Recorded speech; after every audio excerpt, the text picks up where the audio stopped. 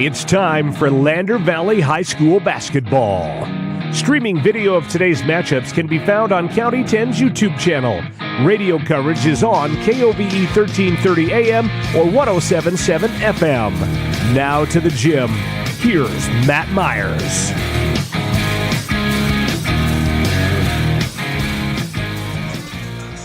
Welcome, ladies and gentlemen, to Lander Tiger basketball tonight here with Scott Fuller. This is Matt Myers in Jackson. We're going to be taking on the Lady Broncs. This should be an interesting game. Lander comes into this having won 3 out of their last 4 games, defeating Powell and Lovell, both rated teams, as well as Mountain View.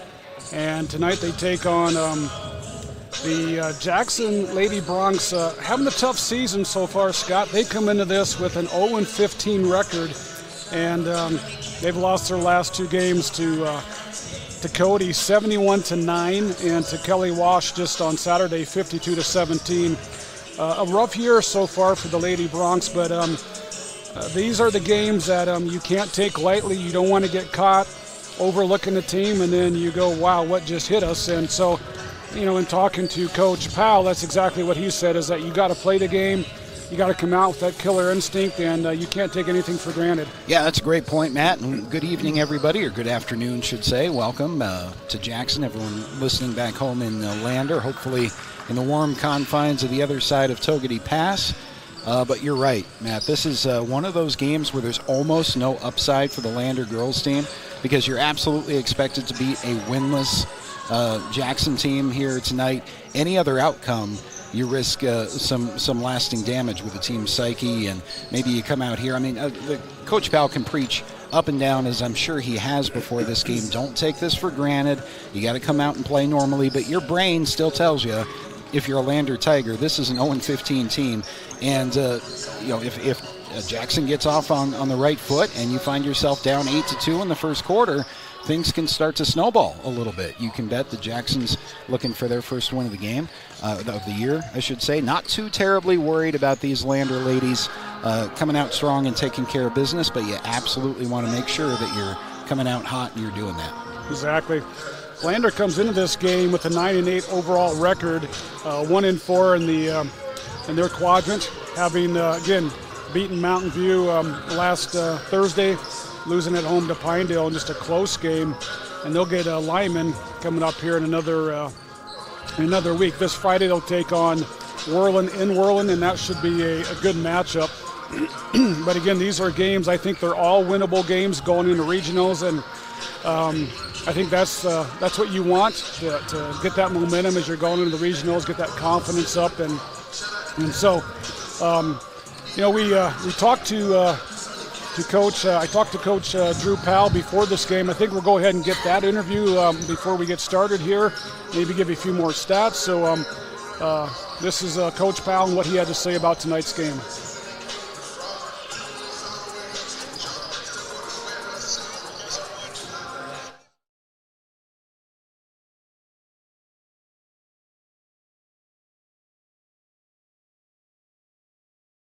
It's like we're having a little problem with our connection here with Coach Powell. We may have to just wait for a minute on that. Let's go to some other stats. Do we have it now? Okay, let's try that again. We'll go back to that interview with Coach Powell.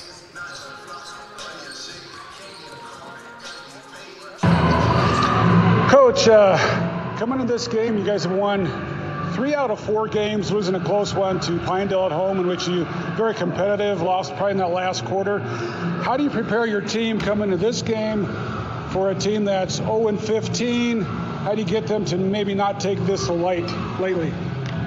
Well, I think it really just all starts with having that killer mindset. It'd be really nice for us to walk out here and just put a really complete game together, no matter who's on the court. It doesn't matter who you play. You got to take everyone as if it's serious, and if you don't do that, some teams will sneak up on you. So the biggest thing for us was we only had 1 pregame practice, so it was quick, but it really just comes down to going out and taking care of business in the first quarter. Is there any other players that you know much about, any of them that you have to kind of key in on? Not that I really know. I didn't spend a lot of my time scouting them. Like I said, we only had one day, and I spent most of my time on our conference. I have looked at their offense a little bit and their defense a little bit, but it really just comes down to, I think if we can play our game, we're going to put ourselves in a really good spot. Any injuries or nicks from your team that players are playing through right now? Not at the moment. We do have some sickness going around still a little bit, but the girls are getting healthier, and I think it kind of showed last week on how we can actually impact games with our conditioning a little bit more than earlier when we were a little more sick. How was the team's attitude after the tough loss to Pinedale? It was actually really good. I told them I think they're one of the top teams in the state, and we were right there with them. It just comes down to you just got to continue to chip away at those deficits, and sooner or later you'll find yourself in front of them. Well, Coach, good luck tonight, and it's always fun watching the team play and improve. So we'll talk to you after the game, and hopefully we get another W. All right, thank you. You bet. Thank you, Coach. Coach Drew Powell of the Lander Tigers speaking about tonight's contest here to start in about just a minute and a half. Another quick stats. Jackson on the year is they're only averaging 14.9 points a game, and the scoring margin, they're getting beat by 45 points a game, shooting only 18% from the field and 32% from the free throw line.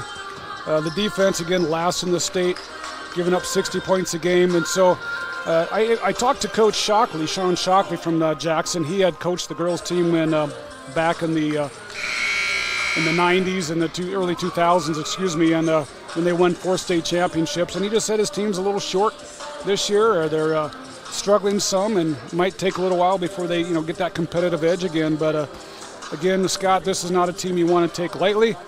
But looks like we're just about ready to get started here, so we'll get you the starting lineups here in just a second. I really liked what Coach Powell said about having that killer instinct, and that's something that truly successful programs, class after class, have. That's something Lander's trying to develop for both the boys and the girls, but it's coming out and not really caring who you're playing and just doing what you're supposed to do and putting a complete game together.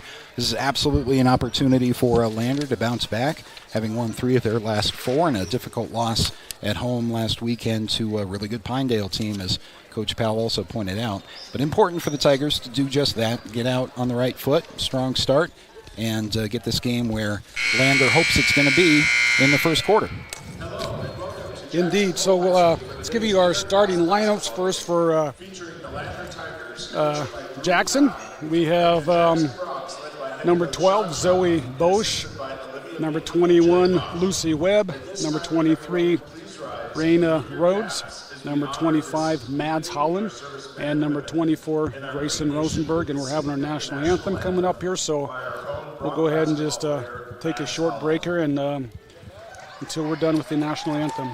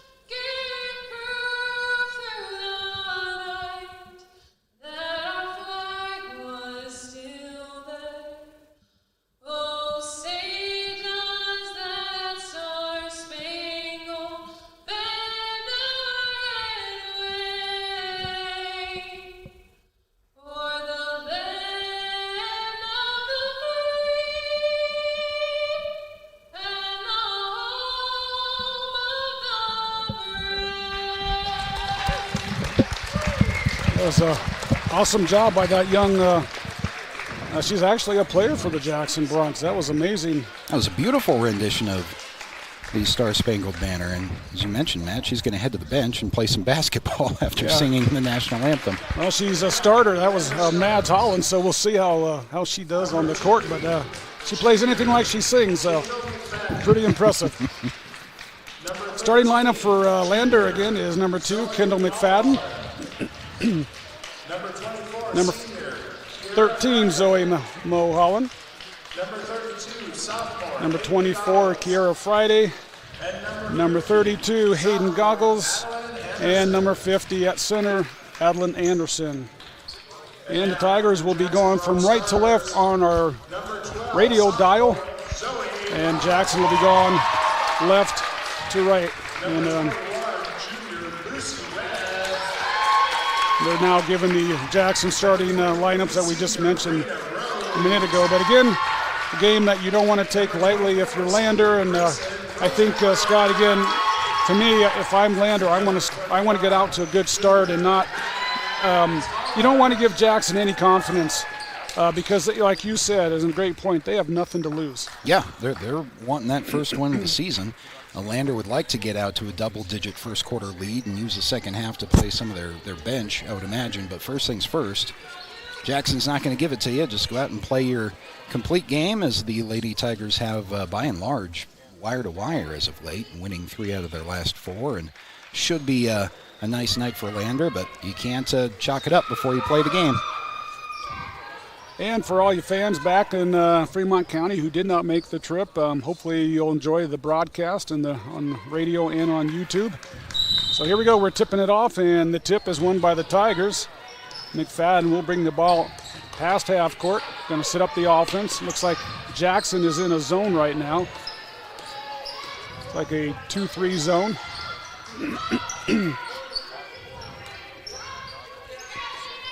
Friday has it.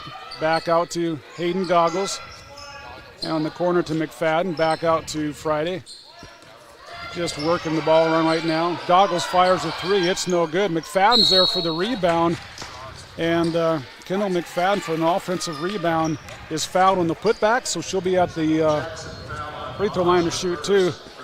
Scott, that's one thing I've noticed about Kendall McFadden with her quickness. She's able to get in there and get in some of those rebounds on the offensive side of things. That's what you're looking for as well to offset the efforts of Adeline Anderson, who we know is a presence inside. But the more girls you have down low doing that job, the better. And Kendall misses both free throws. That second one rimmed in and out. Almost went down. So just getting started here in Jackson. No score yet. Jackson with the ball. Now McFadden gets the steal, bringing that ball up court. Going to get it back out front to Mulholland. Pass in the corner to McFadden. Back out to Friday. Goggles in the left corner. Cross court to McFadden. Yeah, they get that into Anderson. Back to Friday. In Jackson playing the zone. And looked like Hayden Goggles, she got bumped out of bounds. There was no call, and she's a little gimpy right now. Didn't see if she twisted an ankle or what exactly. Well, the other thing about this game and every game is you want to keep everybody healthy, but especially somebody like Goggles is going to be a starter all the way through the rest of the year, runs point guard for this Lady Tiger team. So absolutely want to keep everybody healthy in every game.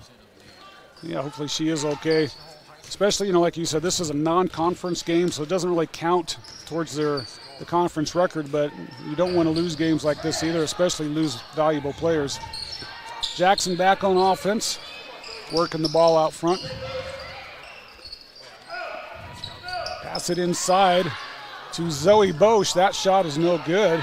Nice look at the basket. And the Tigers back on offense. Mulholland has it. Short shot, no good. And one and done as Jackson comes down with the rebound. Lucy Webb will bring it up the court. Tigers in the man-to-man defense. Inside pass goes out of bounds off of Holland. Looks like the ball goes out of the gym. And Kara Lincoln will bring it back in. Jackson basketball underneath their own basket. Again, 6:02 to go here in the first quarter. Still no score. And they get the ball out to Webb on the right side. Fires a three. It's no good. And the ball goes out of bounds back to Lander. Well, a couple of nice Lander offensive possessions with their fourth, I think, coming up. Yeah, but still no points. I don't think Lander's done anything wrong running their offense, just not getting the shots to fall so far. Can't let Jackson stay in this game for too long. And Jackson had a couple nice looks there as well. So right now I think both teams, it's a Tuesday, kind of an off night for a game. They're, I think, trying to get in their groove and get something going here. And the ball's on the floor, and we got a jump ball. It's going to go back to Jackson. That's a great point, Matt. Maybe just a little bit jumpy, not a whole lot of practice time, as Coach Powell indicated before the game. Now Lander's going to put on a 2-1 press, it looks like. And the pass comes up ahead to Webb. She's going to fire a three-point shot, and it is good. Lucy Webb starts the scoring here for Jackson. And, back in the day, this was quite the rivalry. I'm sure Coach Sean Shockley has his team fired up for this and ready to go. Jackson back in offense. Get the ball to the right side to Rhodes for a three-point shot. No good. Rebound comes down to McFadden. Lander's going to reset their offense. And we've seen this before, Scott, where both Lander teams, boys and girls, they just sometimes just takes a little while to get into that rhythm. So far they're just not quite in that rhythm yet. Now another turnover. Lucy Webb has it, going to bring the ball up the court. Being trapped out there by Friday. Finally gets it in the corner. Rhodes has it. Back out to Webb. Looking to the right side. And she loses the ball. Again, there's McFadden with the steal up ahead to Lincoln.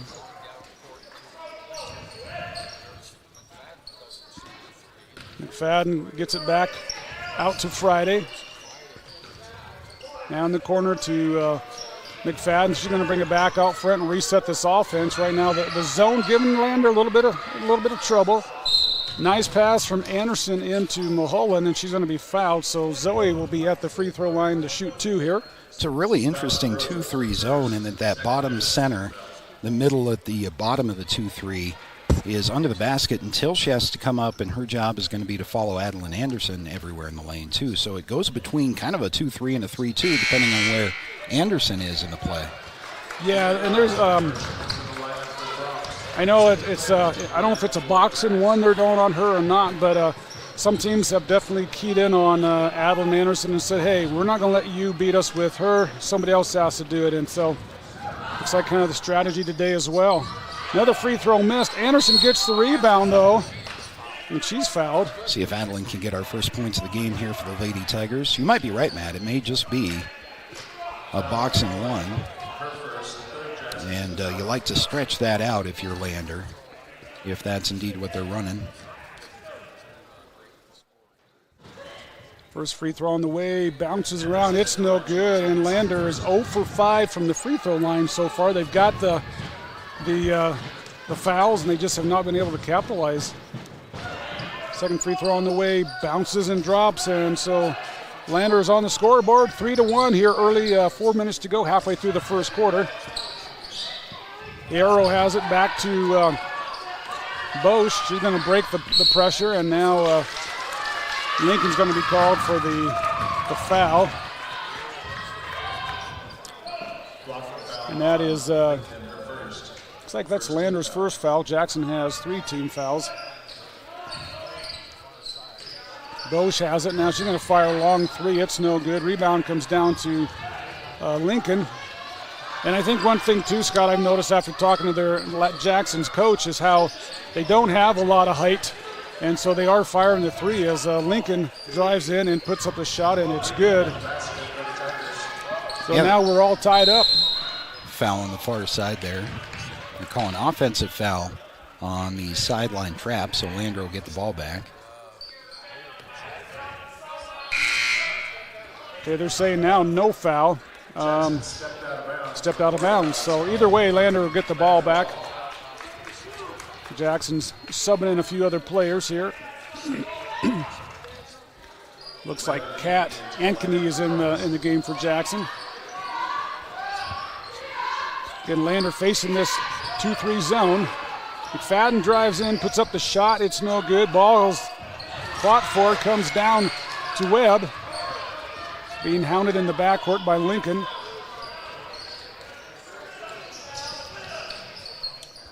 Now bounce past right side to Rosenberg. In the corner to Hierro. Back out front. And now Lucy Webb lost the ball momentarily, and Carol Lincoln went for it and kind of ran her over, and so she's going to be called for the foul. It's number 2 for her, so she'll come out of the game, I believe. And good sign for the Tigers. Hayden Goggles back in there. Yep.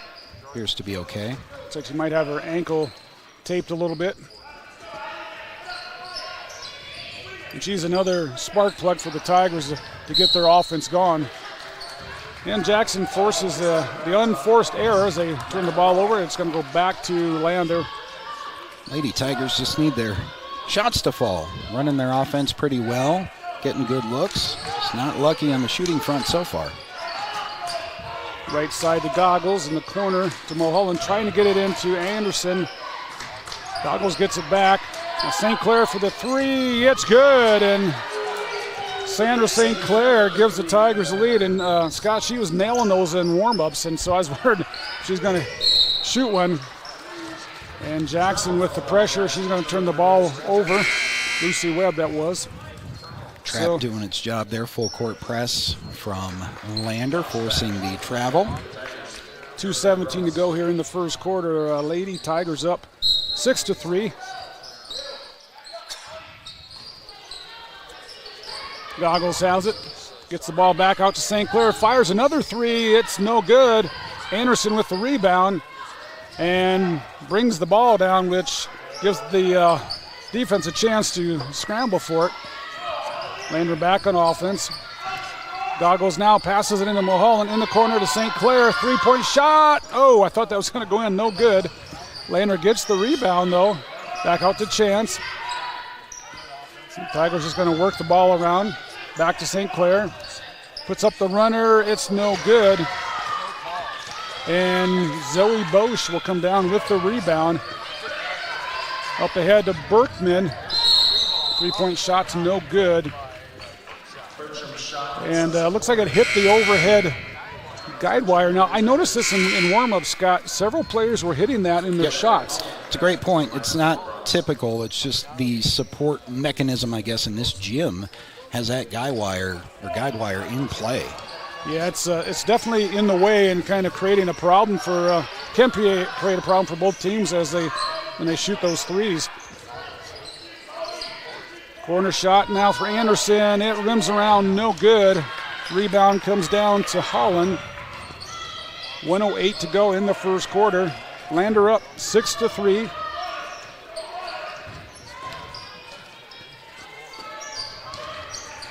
Right side to Webb. Back out to Ankeny. Now to Hierro. He's going to drive in. Puts up a shot. It's good. Over Anderson, too. That was a nice arching shot to get it over here as well. 6-4, 41 seconds to go in the first quarter. Tigers again working their offense, moving it back and forth, looking to see if there's anybody open inside. Now Goggles is going to put up the runner. No good. Rebound comes down to Webb. Jackson has a chance to go ahead with the final shot. She's carrying that ball like a suitcase, but she's not called for it. Back out front to Ankeny. 10 seconds to go, and Jackson will throw that ball away.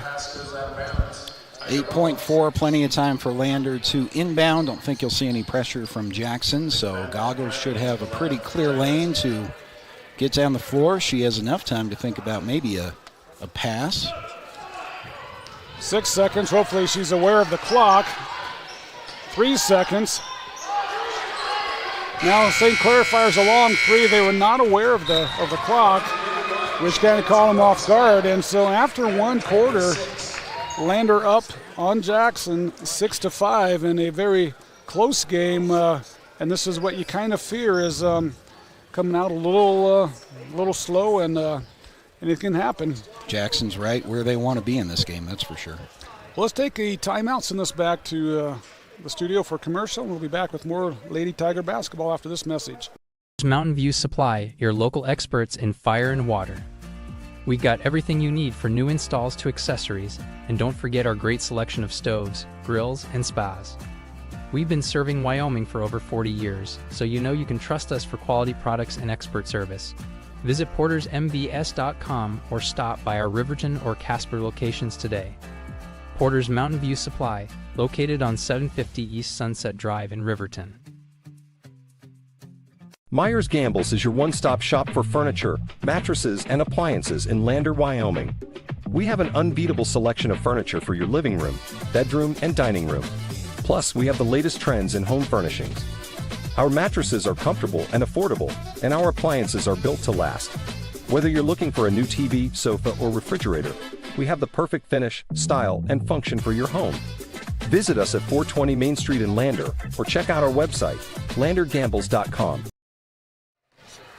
Matt Myers here back with Scott Fuller as we start the second quarter. Lander with a slim advantage, 6-5 over this Jackson team that is 0-15. And Lander's just out to a slow start, haven't got their in that rhythm going yet. Jackson had 6 turnovers in that first quarter. And now they get another turnover, and Lander's back on offense. McFadden has it. Dribble drive, now left side pass to St. Clair, out to Goggles. Into Friday, and she's going to turn right into the defense. They're going to call jump ball, going to stay Lander basketball. Obviously a slow start for the Lady Tigers. Don't get frustrated. Don't do anything you normally wouldn't. Keep running your offense and your defense. It'll come. St. Clair has it right side in the corner to Goggles. Now Anderson gets it. Turn around, puts up a short shot, and no good. And they are definitely doubling down on defense on her, making it tough for her to get off a shot. Sometimes tripling. We know what that means. There's just an open green jersey somewhere else. Exactly. Jackson moving the ball. Looks like Lander now is in a 2-3 zone. Shot goes up, and it's good by Zoe Bosch. And Jackson has their first lead of this game, and you can tell by the bench that they are that's going to give them excitement and energy. So Lander's going to have to step it up here. McFadden has it in the corner, back out to Goggles, drives left side. And back out to St. Clair. McFadden now into Friday, turns into that defense, puts up the shot, and no good. And again, Jackson doubling and tripling down. Whoever gets that ball in the low post, they are doubling down and making it difficult.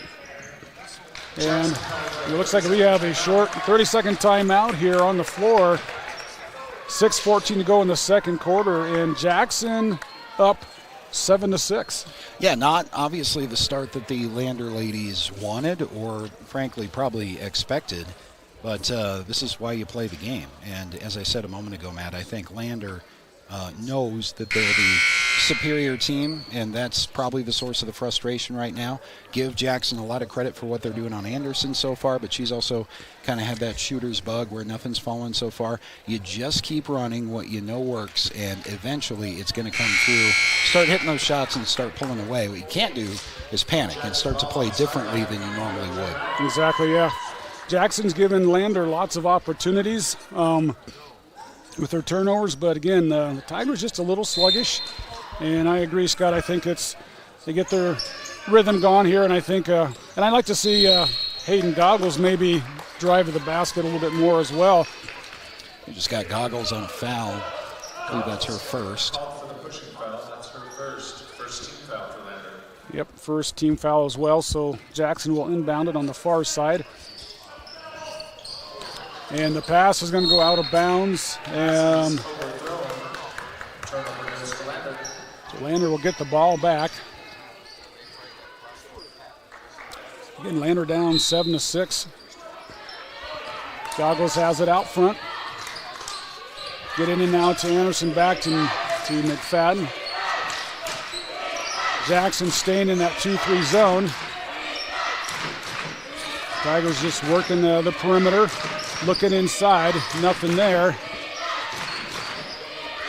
Anderson now has the pass inside to Friday. We got a foul before. I thought Anderson was going to shoot that. She passed it.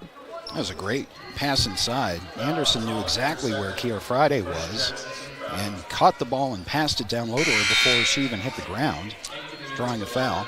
Yeah, and that's that interior passing is what I think is going to break down that zone is when they get it and they can converge on her, she can get it down into whoever's on that low post. Tigers inbound it. Now Hayden Goggles for a three-point shot from the corner is no good. Sandra St. Clair gets the rebound, and the ball goes out of bounds back to Jackson. Seeing a little bit of Lander trying to force the ball inside to Anderson or Friday with some real tricky bounce passes among arms and hands and legs. And then you work the ball around, it'll open up. Now long full-court pass to Webb. I haven't seen a pass quite like that. That's quite an arm. Webb's going to drive in, put up the shot, no good. Rebound comes down to Bosch. Back in the corner to Webb. Ball's on the floor, and the Tigers come up with it. St. Clair now has it. Back to Anderson. Drives, puts up a short shot. Drove, ball rolls around, no good. Friday for the offensive rebound. That shot's no good. Gets a rebound, and no good. Two shots there by Kiera Friday, and both shots did not fall. So no score here in this. Well, I shouldn't say that. It is 6-5 at the end of the first quarter. Now Friday with the steal, puts up the runner, and it's no good, and she'll go to the free throw line. Like to see Friday attacking the rim on the next sequence down right after. She got 3 shots in among some defenders, but still right under the bucket, and couldn't get any of them to go, and it's just been that kind of first half for Lander so far. Free throw on the way is good. I think, Scott, sometimes it just takes a few buckets to get that lead and go, okay, get that confidence back. And I just think this zone from Jackson is giving Lander fits right so far. Second free throw is no good. The rebound comes down to Kiera Friday. Interior pass, now back out to Goggles. Drives into the basket, puts up the shot, it's tipped. And there is Kiera Friday with another offensive rebound. I think Goggles thought she was fouled, and I don't disagree. Fortunately, her teammate Friday there to gather the loose ball and put up a shot that she was fouled on. So Friday's back at the free throw line, see if she can convert. First free throw is good. 2 of 3. That puts Lander back on top, 8-7. 4:34 to go here in the second quarter. Second free throw is good as well, and Lander up by 2, 9-7 with 4:34 to go here in the first half. Tigers in the full court press. Bosch has it, breaks the full court pressure, drives baseline. Trying to put up a shot, she does. It's no good, and there is Zoe Mulholland with the rebound. Nice box out by Zoe. Tigers back on offense. Goggles has it baseline, gets it to Friday, drives in the paint, puts up the shot, and she's fouled again.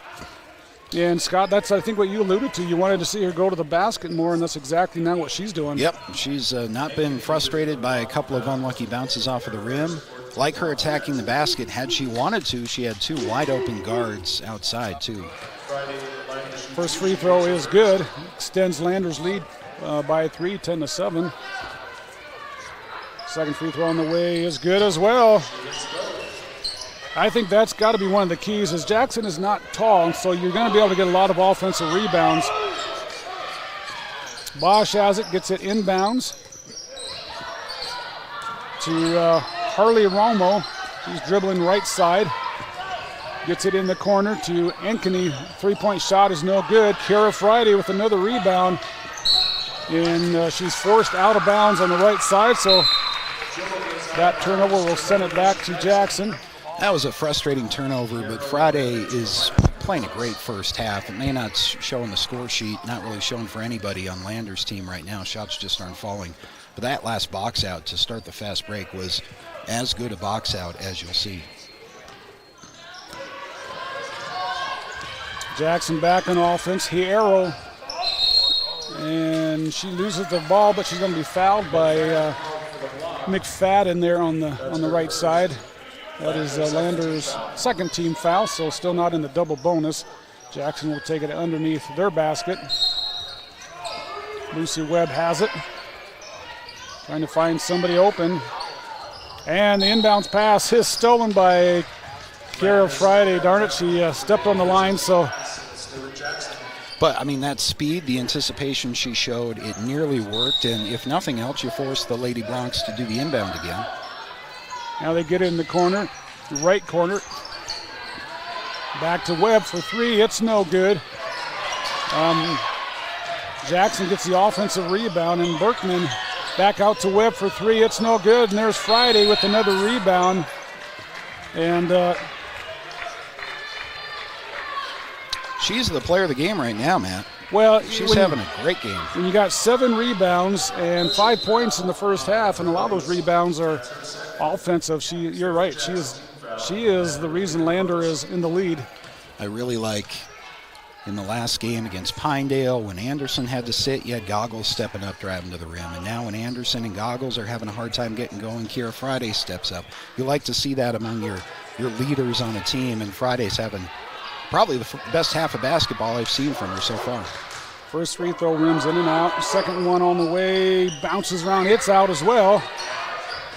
Bad luck on those bounces. Jackson back with the ball. Webb with it. Left corner to Rhodes. Back to Hierro. And now just Jackson working the ball. And now a shot goes up, but it's no good. But the offensive rebound comes down to Rhodes. And that's one of those bounces. It just bounced over, it went over everybody's head and right to her. It was a weird bounce off of the corner of the rim, sort of, and I don't think any of the Tigers down low knew how to position themselves for it. As a result, that does happen. Rhodes with the free throw. The first attempt is good. And that makes it Lander 11-8 over Jackson with 3:04 to go here in the second quarter. Back up there for the second free throw. No good. Rebound comes down to Mulholland. A nice job again of boxing out. Goggles going to drive in the lane, and wow. They're going to call the offensive foul on Hayden Goggles. Tough call, but I think she did have position on that one. And could have gone either way, I think. Jackson trying to break this Lander press. It's giving them fits tonight. They get to Harrow. Now she loses it. And that's another turnover for Jackson. Pass up ahead to McFadden, and Kendall McFadden's on the board. That's her first basket.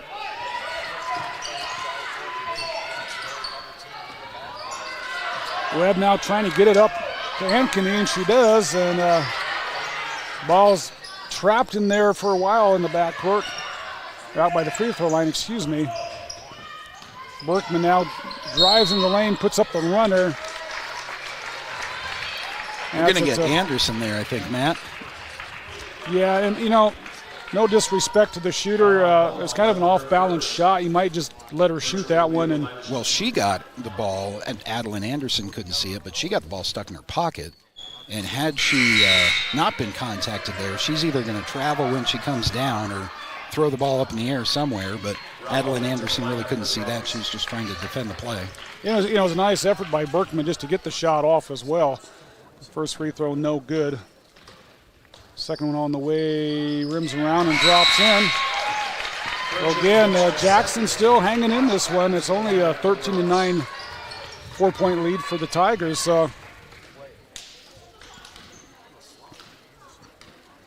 Lander back on offense.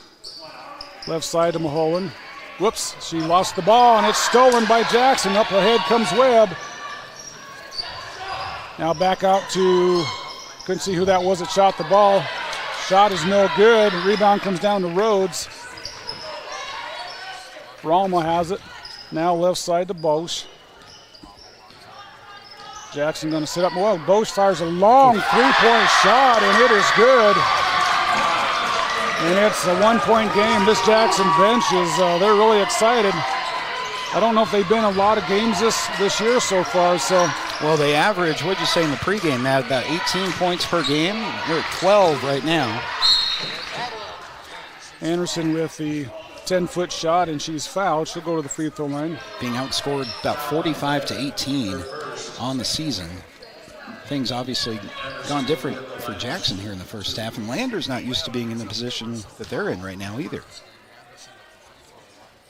First free throw on the way is good by Anderson. Lander's done a great job over the last couple of weeks of closing out the first half especially really well and going on shooting streaks and runs. Hasn't happened yet for the Lady Tigers tonight. Second free throw is good by Anderson. And Zoe Bosch for Jackson averages 5.5 points a game. She's already at 5 for tonight. So Jackson breaks the press to get it out to Webb. Drives left side. Back out to Rhodes. Shot no good, and Bosch has it left side. Back out to Webb, and she's going to be called for the travel. A few extra steps are setting up her shot. Lander will take it, and still a minute 11 on the first half clock to try to expand the lead a little bit more comfortably into halftime. Goggles passes it in the interior, back out to Chance. She's going to fire a three-point shot. It's no good. Might have been tipped. And shot was trying to be saved by Anderson, but Bosch comes up with it. Dribble drive left side to Webb. Interior pass is lost by Ankeny. Another turnover by Jackson. Up ahead to Chance. 42 seconds to go here in the first half. Goggles on the left side, drives baseline, tries to get it to Friday, and that's going to be a turnover by the Tigers. Well, that's a real tough pass against a 2-3 or a box and one with the third defender down low. It's just not a whole lot of room to bounce the ball without going out of bounds. Tough break for Goggles. Inbounds pass, left side Ankeny. He's going to be tied up in the backcourt, and jump ball is going to stay Jackson. Press has been pretty effective for Lander tonight, turning the ball over a couple of times. Arrow still pointing right. Bosch has it in the backcourt and gets it into Webb. 30 seconds to go now in this first half. Jackson breaks the press. Dribble drive left side by Bosch. Shot is blocked by Anderson. Here comes Goggles. Has the numbers. Pivots, puts up the shot. She's going to be called for the travel. I sense a little bit of frustration from Lander's point guard, and she does have 2 fouls, so you don't want to, she's really wanting to drive to the basket, make something happen for her team, but you do have to do that cautiously and carefully. Yep, she has not scored yet, and that short jump shot is open if she wants to take it. Sure. 15 seconds to go. Jackson breaks the press. Bosch with the full court pass. Back out to Bosch. 6 seconds. Interior pass to Holland. Back out to Hierro. The shot is blocked, and the ball's on the floor and goes out of bounds, and that is the end of the first half. And, you know, as sloppy as a start as it was, it's still been quite of an entertaining game. Jackson fighting for that first win, and Lander trying to get going here. And so at the end of the first half, it's Lander 15 and Jackson 12. I think what we'll do is take a timeout here, get some stats together, and come back and give those to you, and maybe look at the second half and what to expect. So we'll be right back after this timeout. See Allison at lunch today? I'm gonna text her. I'm gonna text Allison. Hey, hold up, Matt's calling me. Hey, we got the food and we're on our way right now. Hey, who's coming, bro?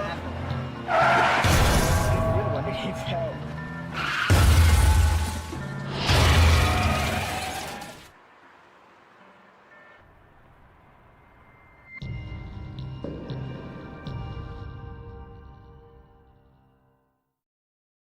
At Eyes on Fremont, we know that good vision is about more than just seeing clearly. That's why we're dedicated to providing expert eye care for the whole family. From children's exams to contacts, LASIK to glaucoma treatment, we're here to help. We accept most insurance plans, and our experienced team will make sure you feel right at home. Schedule an appointment today at 111 South Broadway in Riverton, or give us a call at 307-856-9000. Visit WyomingEyes.net to learn more.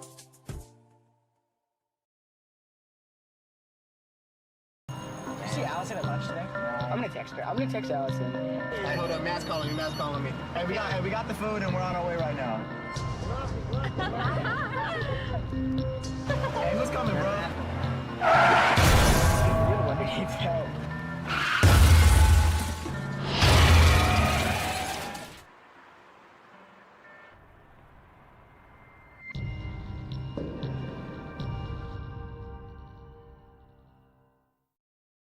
At Eyes on Fremont, we know that good vision is about more than just seeing clearly. That's why we're dedicated to providing expert eye care for the whole family. From children's exams to contacts, LASIK to glaucoma treatment, we're here to help. We accept most insurance plans, and our experienced team will make sure you feel right at home. Schedule an appointment today at 111 South Broadway in Riverton, or give us a call at 307-856-9000. Visit WyomingEyes.net to learn more.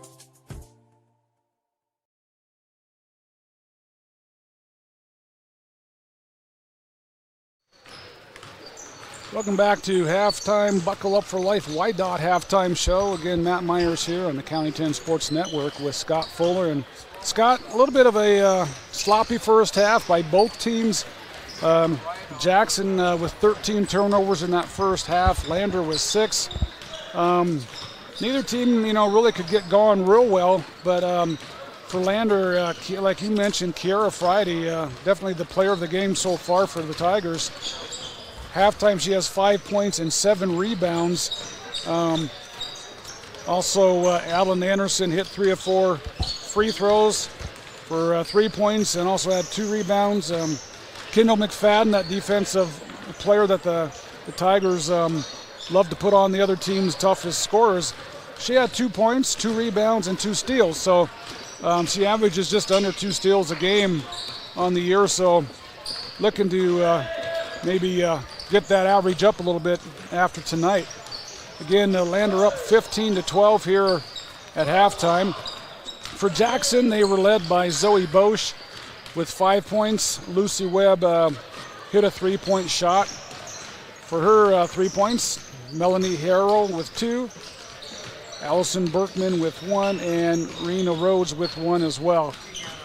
I think, again, Scott, the second half, we mentioned this in the first, that how you start is going to be crucial. And Tigers got off to really a slow start, only up 6-5 after one quarter. Jackson even had the lead at one point. But Kiara Friday, with that performance that she had, just kind of kept the Tigers in the game and was able to allow them to get some momentum back. Yeah, I think so, Matt. That was a very strange first half of Lander girls basketball. It's living in the twilight zone almost, in a world where you've got Anderson with 3 points, only points of the first half coming from the free throw line, as you mentioned. You have your prolific point guard in Hayden Goggles with no points. She has 2 fouls on the night. It's an easy message at halftime, which is everything that could go wrong just about did, and we're still winning the game. So forget about that. Go out and take care of the second half like we know we can. I think it's a combination of a little bit of a quick turnaround, playing a Saturday evening game, and now a weird Tuesday afternoon 4:30 start for Lander, having to make that drive in the snow and leaving school early, and the whole thing definitely throws off your routine. But both teams, you're playing in the same gym on the same night, and this is a team that Lander, I think, is a little bit frustrated that an 0-15 team is as close as they are, and at one point even had the lead there in the first half. But it's a keep working your offense thing. Don't panic. Don't let this emotion go to your head. just keep working the ball inside. They're really trying to double down on Anderson inside and Kira Friday when she's down there in the post. That's going to open up some other options for Lander's offense. So keep shooting the ball, and they'll eventually fall. This is also, as you talked to Coach Powell in the pregame, Matt, he told us he didn't have a whole lot of time to see what he was going to find here in Jackson when it comes to their offense. And so now you've got a look at the 2-3 or the box and one that Jackson's running, and you can draw that up at halftime, and I would, knock on wood, fully expect a different looking second half from Lander. I think the other key that I noticed in that first half was Jackson was in the zone, I think a 2-3 zone. Lander was trying to break the zone with passes on the perimeter, and you got to have fast passes, but you got to be able to pass that. Somebody's got to be cutting to the interior, to the free throw line, and then you got to be able to have passes, to the baseline and back out. And you're not going to break a zone with one pass, and you're not going to be able to drive into the interior against the zone because they'll double down on you. So I'm sure Coach Powell has talked to them, is talking to them about that right now at halftime. But that's the thing about zones. Man to man, you can beat your defender and a lot of times get to the basket. And smart play by Coach Shockley from Jackson, knowing that his team is maybe doesn't match up as well as the Lander Tigers, and so put him in the zone and see what Lander can do to break it. Well, it was really effective, especially on some of the entry passes for Lander. They were having a real tough time getting a bounce entry pass in to either Friday or Anderson. And I think you're right in that there are other opportunities around that zone. You do have, as you mentioned in the first half broadcast, Matt, you have that little 4, 6, 8 foot jump shot. That is usually the shot that teams practice the least, is a pull-up little short 4 foot, 5 foot, 6 foot shot. But that has been there. Just keep passing the ball, get good looks. Don't throw up the ball because of panic.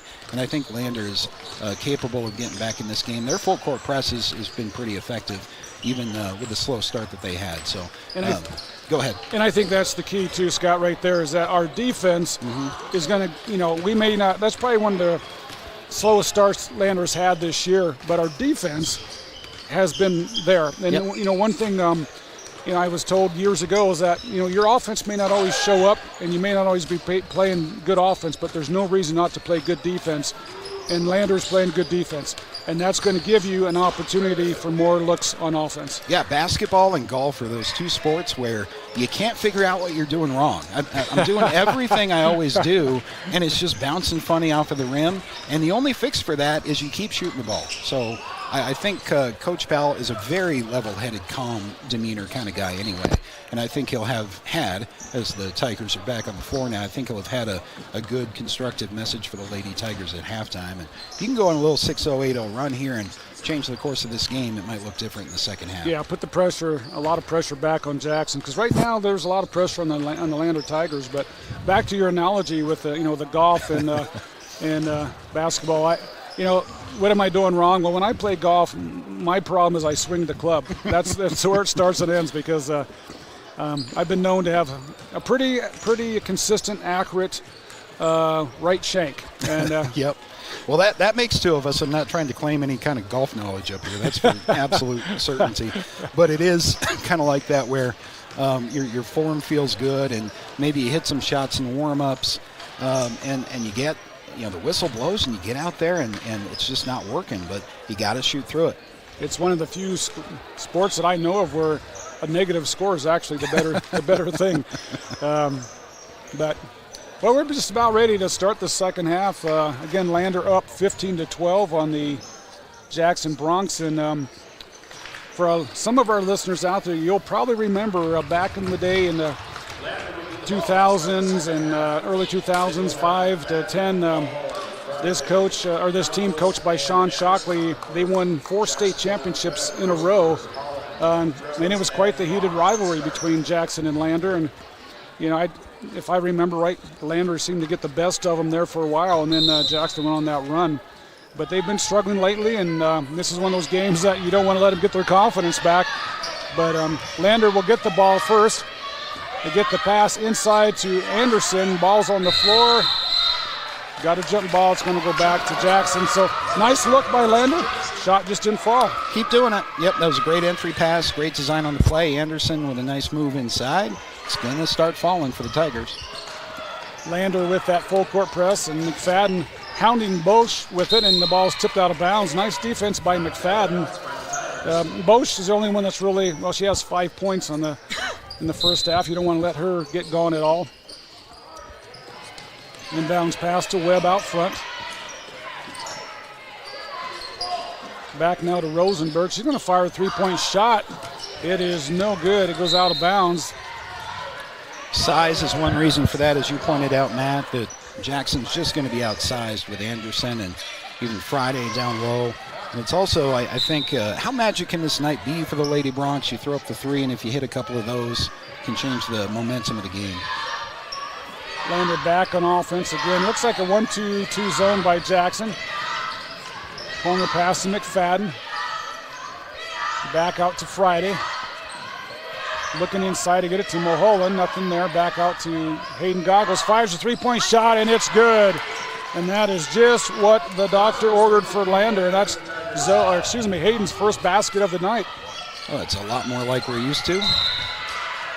Inbounds pass tipped out of bounds by McFadden. McFadden's one of those defenders that I remember when I played basketball, and there'd always be a guy who played defense like her, always in your mug, always. Hate those people. You hate those people. But you want them on your team. Yes.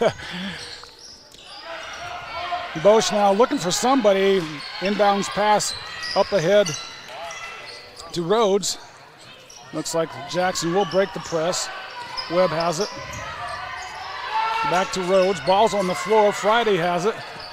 And we've got a very awkward, I guess that's a timeout. This is a call I don't understand, Scott, because neither person had possession of the ball. At least it didn't look like that way to me. Well, because of the lack of possession, I'll just tell you what I saw, and I'm the last person to second-guess officials. But in going for the ball, the Jackson player sort of inadvertently fell on Goggles, and that's a foul, even though Goggles isn't in possession of the ball. So Jackson player, I think, was going for the tie-up and didn't have the right angle, and timeout coming from Coach Powell on the bench, which you're right, Goggles didn't really have possession of it, but they did award him the timeout. And it's one of those calls that, you used to see it quite a bit. I think they're getting better at it as far as calling when a player jumps on another player to go for the ball, because you'd see players get hurt. I mean, just people just diving for the ball and just wiping out another player. And, yeah, if you go for the ball and you land on somebody, it should be a foul. It should be. That's one thing I like to see in high school officiating, though, in basketball is assign possession of the ball to somebody if at all possible. It just keeps control of the game and kind of keeps things under control. Inside pass to Mulholland. Turnaround shot, no good. Rebound comes down to Rosenberg, and Jackson back on offense.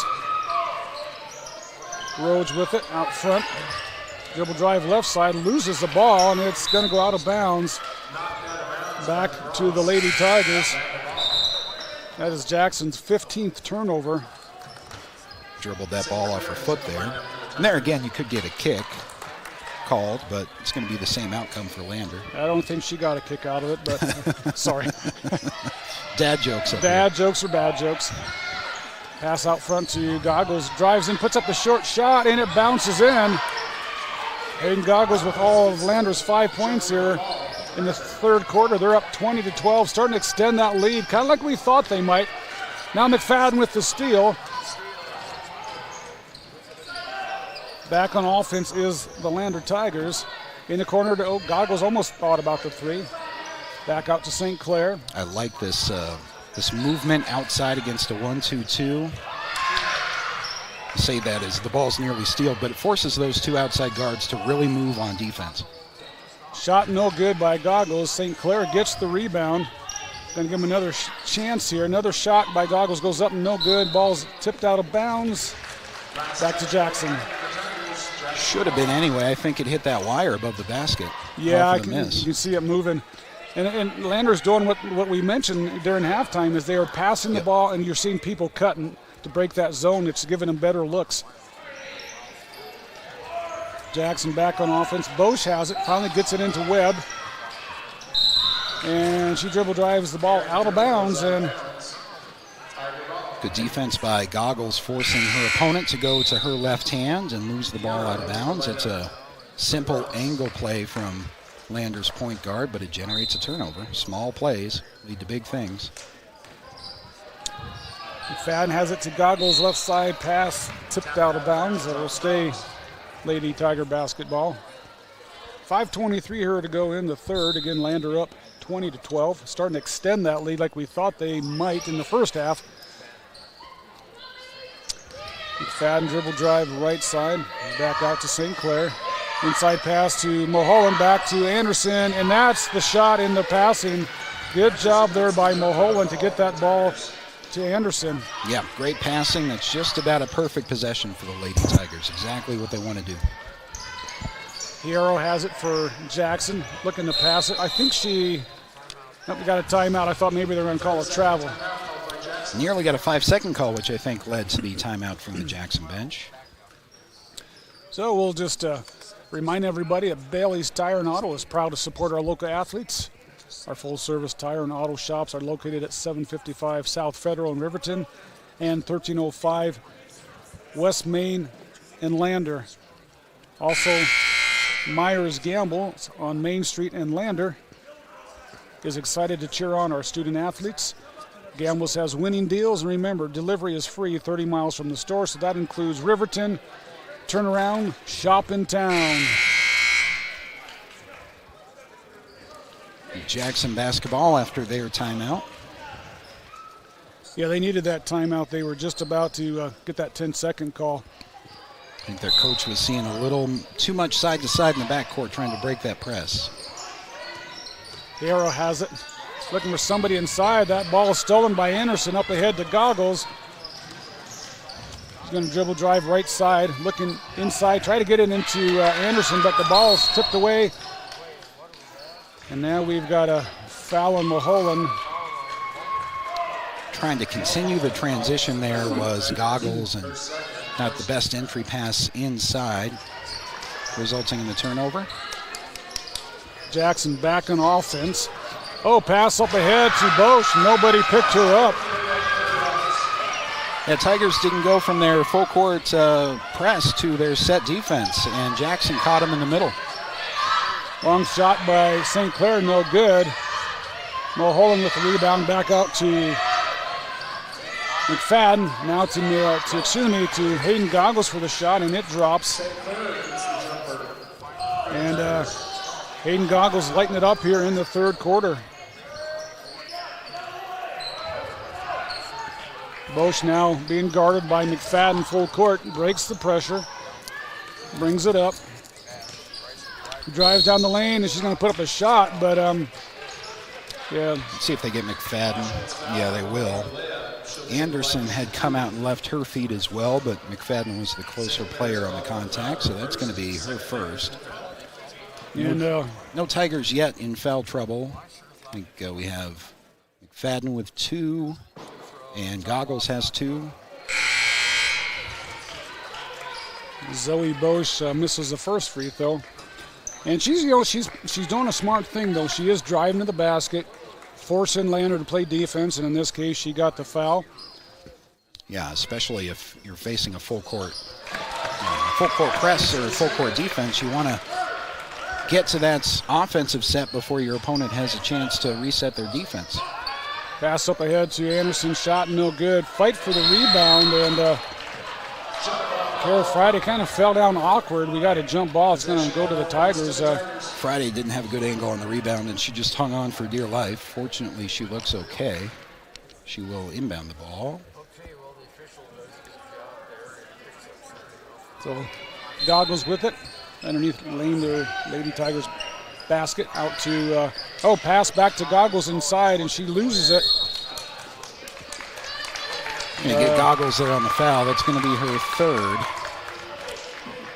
Goggles trying to dive over a Lady Wrangler on the loose ball, and it's called for the push. There's a nice look inside.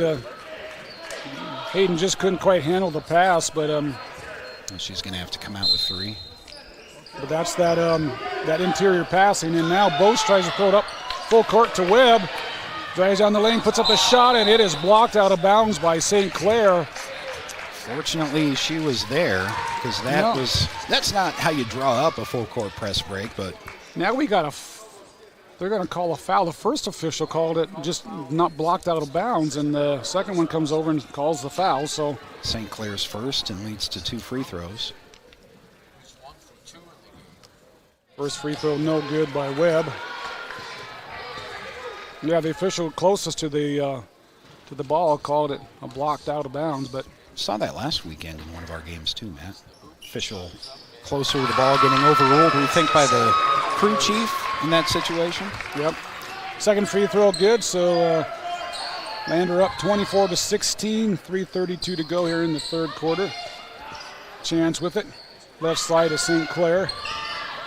Back out to Chance. Now Jackson is in a 2-3 zone, and Friday falls down. They're going to call a travel, and she was hammered.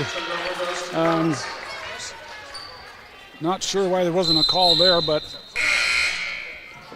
Ankeny into the lineup for the Bronx. Ball will go back. That she ran into is going to come out of the game. Obviously inadvertent contact. She did have her feet pretty well set, but it was a pretty big hit. Then Lander with the full court press.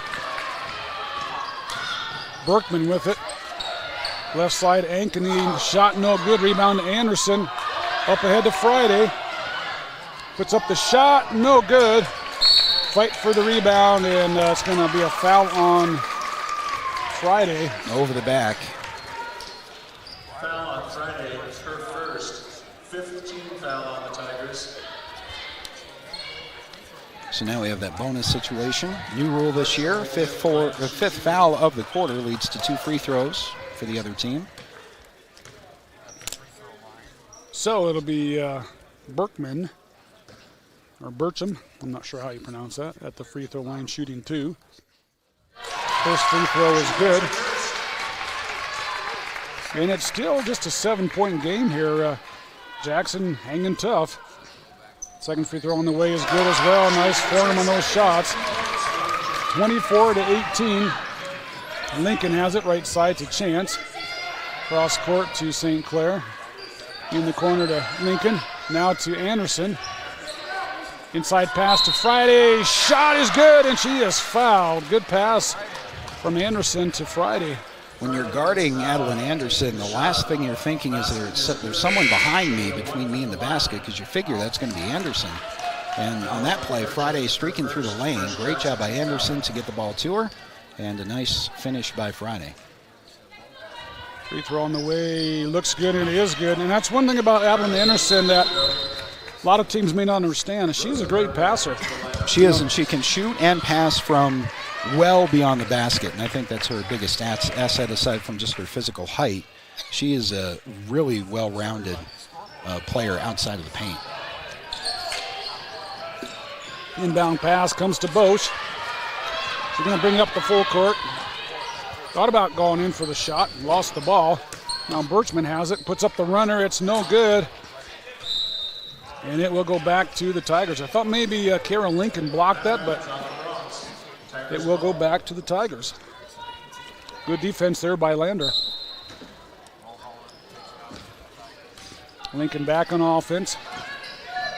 Right side to St. Clair. Now in the corner to Mulholland. Back out to Chance. Tigers working this offense. Now the ball's tipped away. Jackson will get the turnover. Back on offense is Bosch. Just when Lander starts to get that momentum and look like they might pull away, then Jackson does something just like that to come back. And they miss an easy shot. Webb does. St. Clair with the rebound. Really nice backdoor cut there by Webb and a nice pass. Just couldn't finish the play.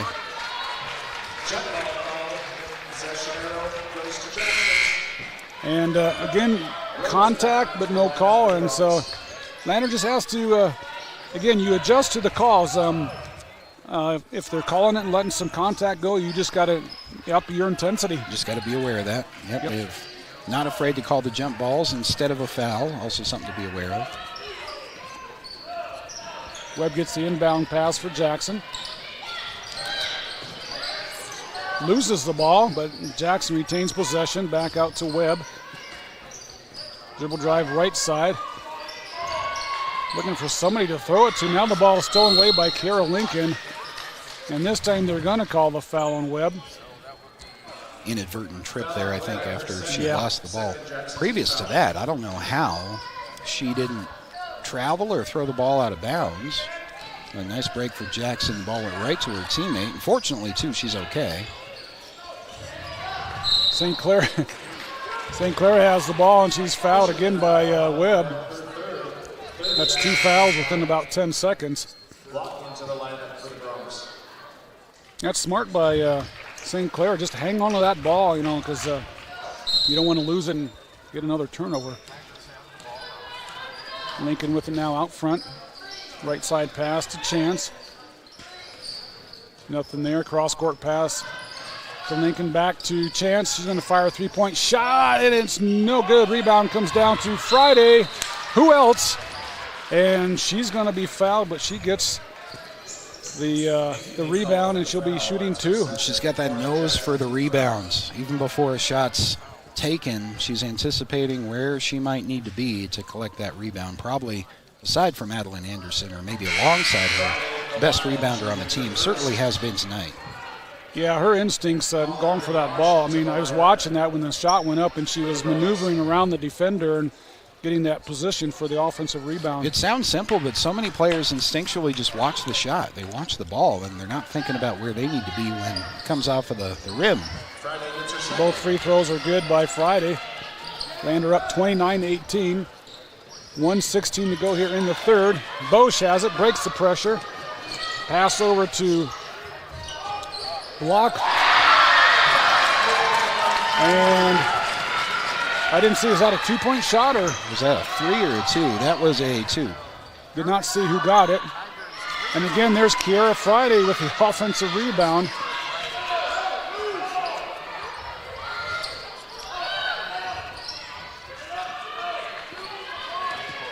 Bosch now will bring the ball up the court, trying to break this pressure.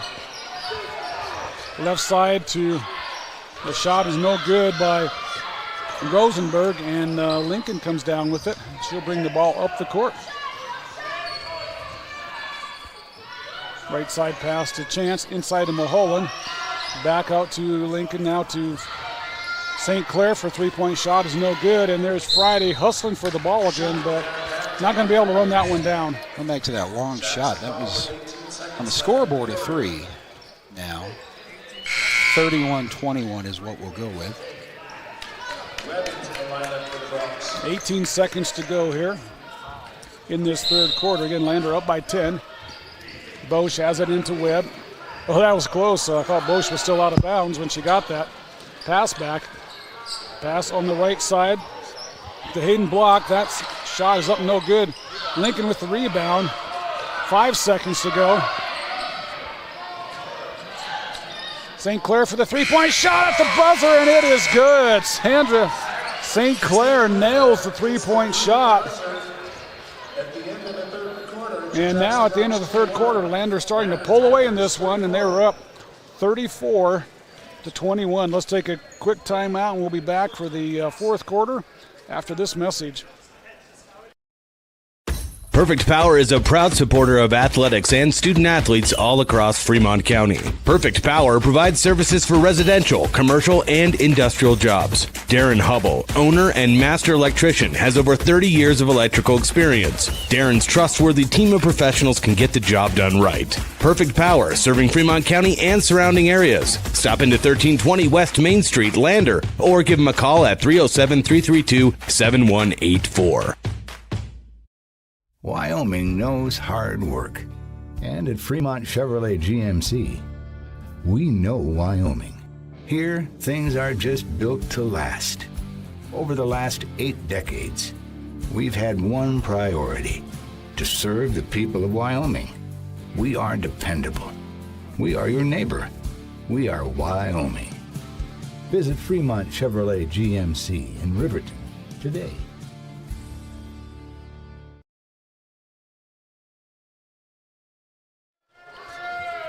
Matt Myers back with Scott Fuller with Lady Tiger basketball as we start this final quarter. Lander will inbound it. They outscored Jackson in that quarter 19-9. That's what we were looking for. Corner shot by Hayden Goggles, and she drills the three, and Hayden had no points in that first half. She has 10 here already in the second. That's also what we were looking for. Long shot from Jackson, no good. Hayden Goggles coming down with the rebound. Drives, puts up the shot. No, that's a pass to Friday, and Kara Friday's on the board again. Friday at this point, I think she has 14 points. She's definitely the leading Tiger in this game. Yeah, start to finish, she has been a standout individual performer today for Lander. Now we have a little aggressive play there. I mean, Goggles is the point guard, and you like this from your point guard. Has a little bit of an edge to her. She's not afraid to go through players or take risks on trying to clear screens or go for steals. Not in an inflammatory way, but she's a competitor. Yep. Bosch will get it back for Jackson out front. Again, they're down 39-21 here. They're already 2 points over their season average, but they're a long ways from. And that's going to be a foul on Kendall McFadden, her third. I think they're going to leave her in. Inbound pass is caught by Holland. Back out to Webb. Fires a three-point shot, no good. Mulholland with the rebound. Gets it to Anderson. Up ahead to Goggles on the right side. McFadden in the corner. Back out to McFadden. Thought about the three. May as well pass the ball around, wait for a great look. Now Kara Friday puts up the runner, bounces around, no good. Fight for the ball. It's got to be a travel. Yeah. Eventually was kind of a late whistle on that. Yeah, she was rolling around on the floor, and boy, they let him get away with that sometimes, but more in the NBA, I suppose. But Tigers wouldn't bounce it to McFadden. Back to Goggles in the corner for three. That's going to be long, but there is Anderson for the offensive rebound. Turnaround shot is good by Adeline Anderson. Could have been an and one, too. A lot of contact on that shot. Great body control from Anderson on that shot that was a good distance away from the basket. And that's an area this year where she has really improved her game, just that turnaround jump shot.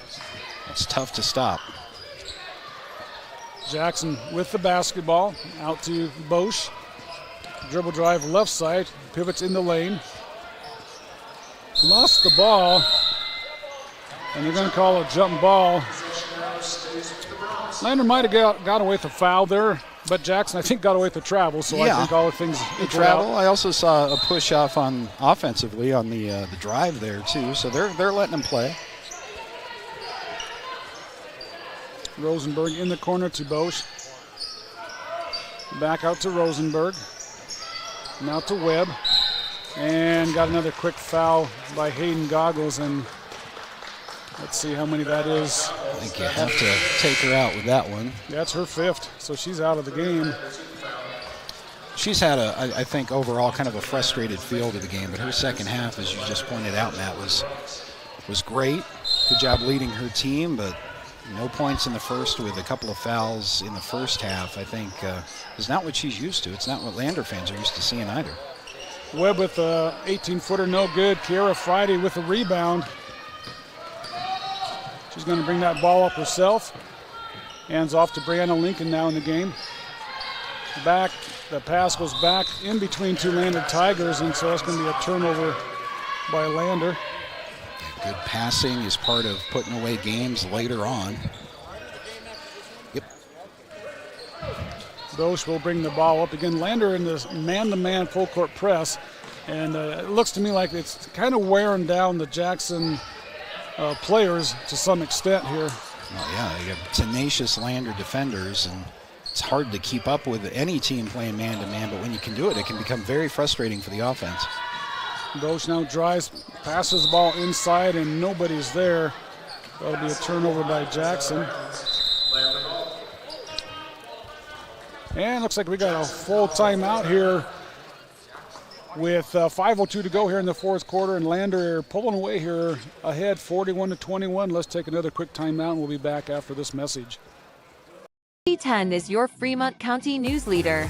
We're everywhere. On the web, mobile, social, and on your radio dial, with all the news you need to feel connected. From sports to board meetings and community features, we work hard to bring you all the latest updates you care about. Visit us today at county10.com. County 10, community connected.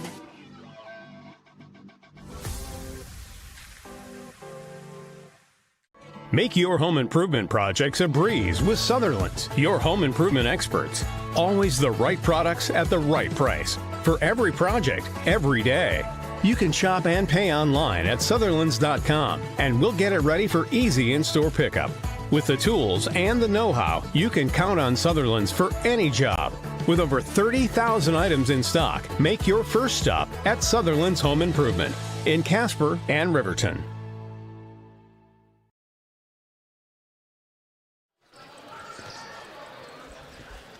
Lady Tigers basketball out of bounds with 5:02 to go here in the fourth quarter. 41-21. Lander finally starting to play like we know they're capable of, and again, give Jackson credit, scrappy team.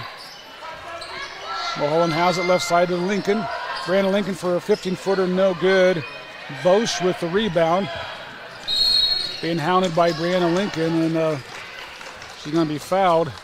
You know, and you take out McFadden and you put in Brianna Lincoln, and you're getting really the same kind of intense defense, and it's got to be wearing Bosch down. She just looks a little exhausted because she's having to do it all herself and not getting a lot of results. Yeah, it's really mentally taxing to play against a really tight defender like that. You're always worried about the smallest thing that you're doing with the ball. Adeline Anderson with the rebound. Tigers back on offense. Up ahead to Brianna Lincoln. Right side drive, nothing there. And she's going to throw the ball away. Back to Jackson comes Lucy Webb. Bosch will fire a long three-point shot. It's no good. Mulholland with a great rebound underneath the basket. McFadden bring that ball back. Back out to McFadden, inside to Anderson. And she's going to be fouled by Rosenberg. That's going to be Jackson's only. That's their second team foul, so it'll be Lander basketball underneath their own basket. St. Clair will. So we have a slightly injured Jackson player. I'm not exactly sure what happened there. It might have a cut on her leg. Yeah, just maybe a little blood.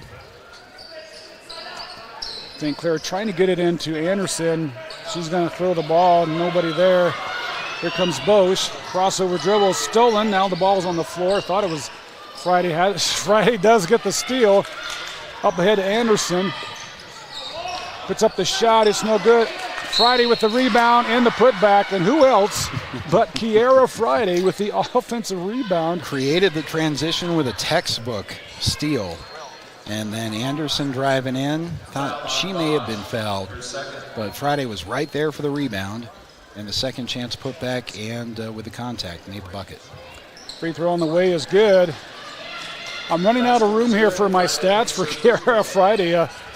This is definitely her best game of the season, and it was really needed to keep Lander in this game and get that momentum back to the Tigers. We were kind of talking about her last week as a role player, kind of that third or fourth player. She has not been that tonight. She has been present in just about every facet of the game, scoring a bunch of points, driving to the basket, great rebounding acumen, and forcing on that last Tiger transition a nice steal.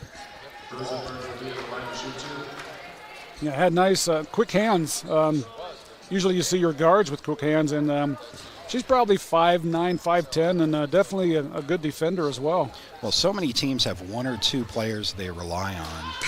And if either one of them or both of them aren't going, then it may be a long night for you. But the Tigers have that gift in Kiera Friday. When Goggles and Anderson aren't in the game or aren't, as was in the first half, aren't quite up to speed yet. Kiera Friday has been great for 3.5 quarters now. Rosenberg's second free throw, it's no good as well, but Jackson gets the offensive rebound. Now the ball's on the floor again, and jump ball's going to go to Lander. Tigers have a chance now with a healthy lead to run their offense, pass the ball quite a bit. Don't pass up an open look, but time is on your side. Get out of this game with a victory and healthy. Chance with it out front. Bounce pass into Friday, back to Mulholland. Now into Anderson. Back to Friday. Back to St. Clair. Shot is good. Nice interior passing. Any one of them could have shot it, but they kept passing to get that short layup. Again, that'd be an assist by Friday, and so she's just, again, helping the Tigers in every way possible. Long three-point shot by Bosch, no good. Chance has it up ahead to Anderson. Pass to Mulholland. Inside is good. Zoe Mulholland with the basket. Going to cause a Jackson timeout. So with 2:46 to go here, Lander up 48-21. Let's keep it right here if that's okay. Scott, I wanted to mention how, again, we've had players of the game all year long, and some stand out more than others. Adeline Anderson has got that award several times. Kendall McFadden has got it with her. She had a great all-around game here a week or two ago with defense and offense. But Kiara Friday today, she has stood out probably more than in any other game, and she's definitely having her game of the year. And in this one, the Tigers needed it. They were in a close battle. The intensity just wasn't there. Her play, in my opinion, sparked that Lander offense to get back into what they know they can do. She definitely, I think, bought some time with small defensive plays and hitting some shots in the first half. She bought the lead at the first half, and she was able to give Anderson and Goggles an avenue back into the game. And with whatever halftime adjustments we saw from Coach Powell, as we sort of suspected, this game is balanced out a little bit more as the Tigers are facing an 0-15 team here in Jackson. But it's all part of the resiliency and all part of the learning process for this group as you go into the postseason. So and now more importantly, Kiara Friday knows that she's got that ability to step up and carry her team a little bit when needed. Indeed. Jackson will get the ball to inbounds it for this final 2:46. Again, Lander still keeping that full court press on. Georgia Chance guarding Bosch. Bosch going to fire another three-point shot. It's going to go out of bounds. And ball's going to go back to the Lady Tigers. Nick Jackson's going to put on the full court press. Coach Shockley not giving up. I think this is a teaching moments when you're down like this. You want your team to learn. That's a really hard spot as a coach and as players. 0-15 is obviously a really frustrating season, but I've always said, Matt, winning is the reward. You learn from losing. And I think the Lady Broncs will learn quite a bit from this season, and hopefully for them be better off for it next year. Anderson with the shot inside was pushed, but no call. Pass to Burkham in the left corner, drives in the middle. Back out to Romo. Crossover drive on the right side. And she's going to fire an 18-footer, no good. Fight for the rebound. That's going to go out of bounds back to the Tigers. I think that was off Allison Burkham.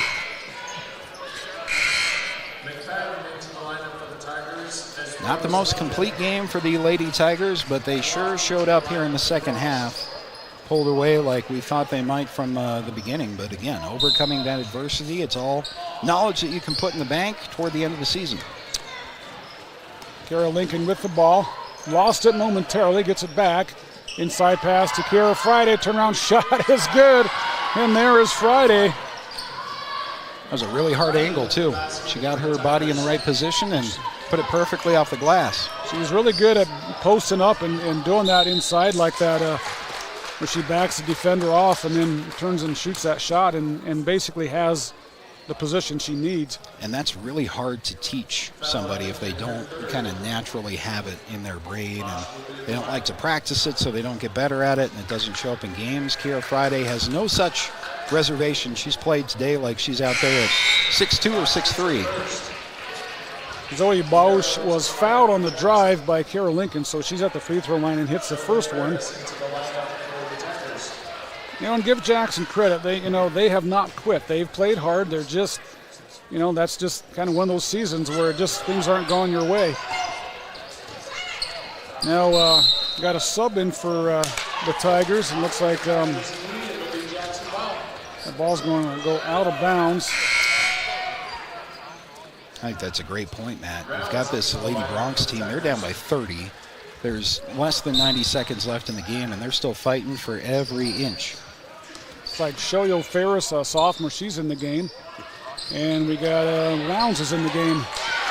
And there's Bosch getting another basket. Chance with it. You got 1:09 to go here again in the fourth quarter. Lander up 52-24. Kiara Lincoln driving baseline, puts up a shot, and the ball's stuck. The ball is stuck. Her shot is stuck up there, and I don't see anybody. We're going to have to get the officials are looking around saying, I'm not doing it. You do it? No, I'm not doing it. Scott, get down there and jump up there and get that. That would not go well for anybody. And the official hits the rim, misses the ball in his first attempt. He'll get another shot. And there we go. He gets it. Asking the bench to count his 2 points. Yeah. He might get a little harassment after the game by his co-officials on that one. Long pass by Bosch. She's got an arm on her. I'll tell you what, that's going to go out of bounds and back to the Tigers. But yeah, I wonder if the football coach is here. It was a long pass, full three-quarter court in the air, and it was just a little bit too long. Yeah, that's I don't know if she plays softball, soccer, or as a goalie, I don't know. But that pass, you don't see that by a lot of players being able to throw it the whole length of the court. Rounds has it. Back in the corner to Chance. Fires up a three-point shot. No good. Bosch with the rebound, and she's going to be fouled right away. Now under a minute 54.3 to go. Lander going to get their fourth victory in 5 games. Is that right? Yes. It's a great run for these Lady Tigers, and as we've talked about, at the right time in the season, too, as just a handful of weeks and games left before regionals in Thermopolis at the end of the month. Bosch at the free throw line, misses the first one. Also talked about in that Pinedale loss that this could be a game that Lander could use to sort of rebuild on. And here in the second half, certainly they have done that. Second free throw is good by Bosch, and 54 seconds to go. Lander firmly in control, 52-25. Inbounds pass comes to Rounds. And she's going to be fouled right away. It's the third team foul, so a couple still to give for Jackson. Rounds just a sophomore as well. Chance has it up ahead to Brianna Lincoln. Bounce pass to Shoyo Ferris. Shot no good. Gets her own rebound. And the ball stolen by Hierro. Now she passes that off to Webb. Hierro drives baseline. Nothing there. Back to Bosch. I'm guessing she's going to launch a three here. She's setting it up. Nope, she's going to drive. Left side to Rhodes. Fires a three-point shot. Rims in and out. And Brianna Lincoln with the rebound. Up ahead to Chance. Back to Lincoln.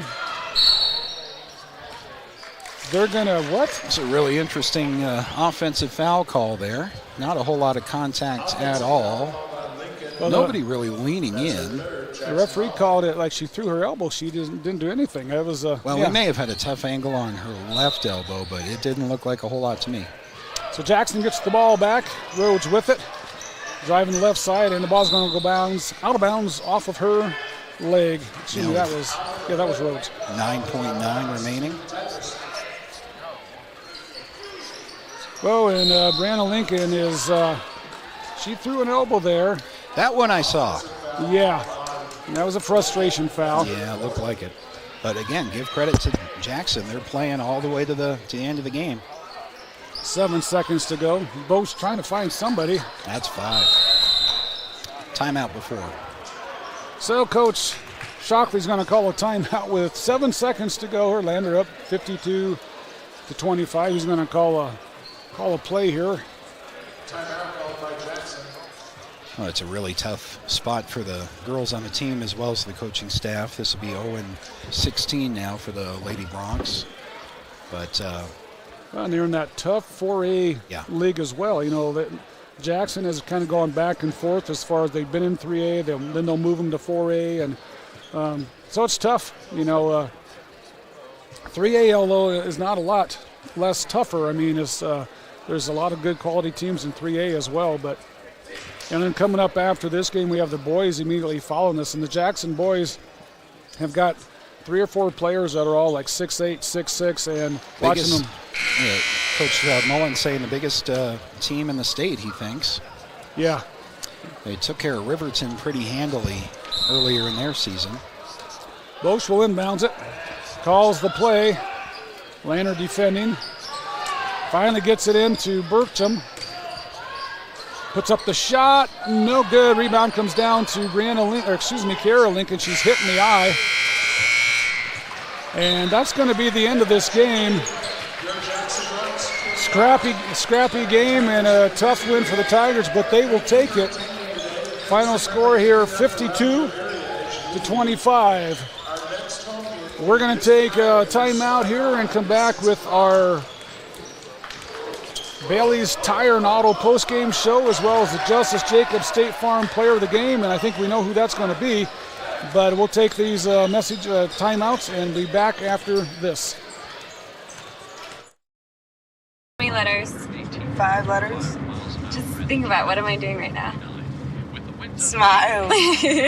Smile? Uh-huh. This is so easy.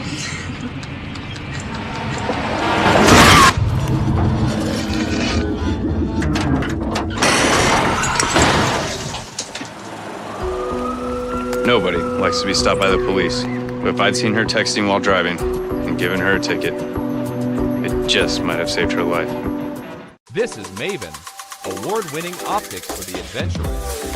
From binoculars to spotting scopes, Maven has you covered. Be prepared for scouting, wildlife watching, or any outdoor adventure. As a proud sponsor of local high school sports, we wish all the Fremont County athletes the best of luck this season. Visit mavenbuild.com for more information and to order. Maven, discover something new.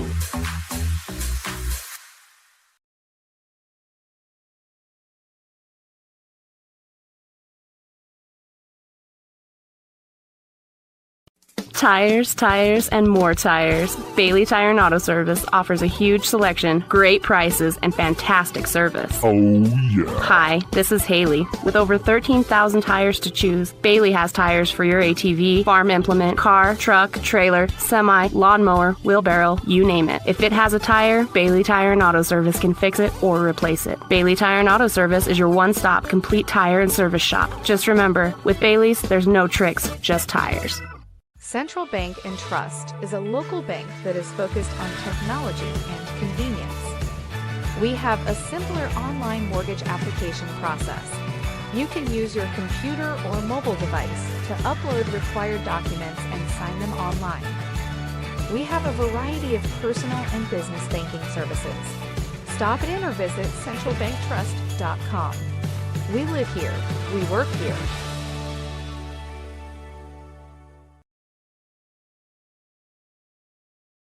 Tires, and more tires. Bailey Tire and Auto Service offers a huge selection, great prices, and fantastic service. Oh, yeah. Hi, this is Haley. With over 13,000 tires to choose, Bailey has tires for your ATV, farm implement, car, truck, trailer, semi, lawnmower, wheelbarrow, you name it. If it has a tire, Bailey Tire and Auto Service can fix it or replace it. Bailey Tire and Auto Service is your one-stop complete tire and service shop. Just remember, with Bailey's, there's no tricks, just tires. Central Bank and Trust is a local bank that is focused on technology and convenience. We have a simpler online mortgage application process. You can use your computer or mobile device to upload required documents and sign them online. We have a variety of personal and business banking services. Stop in or visit centralbanktrust.com. We live here. We work here.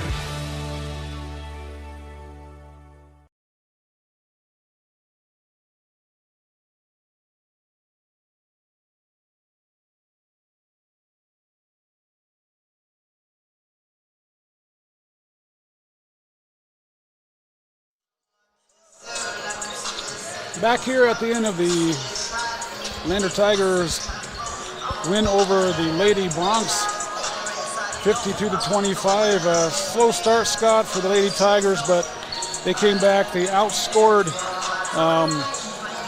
Jackson in that second half. They outscored them 37-13. That's kind of the Tiger game, that you kind of come to expect. And then some. That might be their best half scoring output of the year. Lander was led by Kiara Friday with 19 points and 12 rebounds. She seemed like every play. She had several assists, a couple steals. Adeline Anderson, 9 points and 5 rebounds. So, she got gone there in the second half as well. Hayden Goggles, all 12 of her points in the second half. As you had mentioned, she was a little frustrated, I think, by that zone. And then the second half, she got gone, but got into foul trouble and had to leave the game.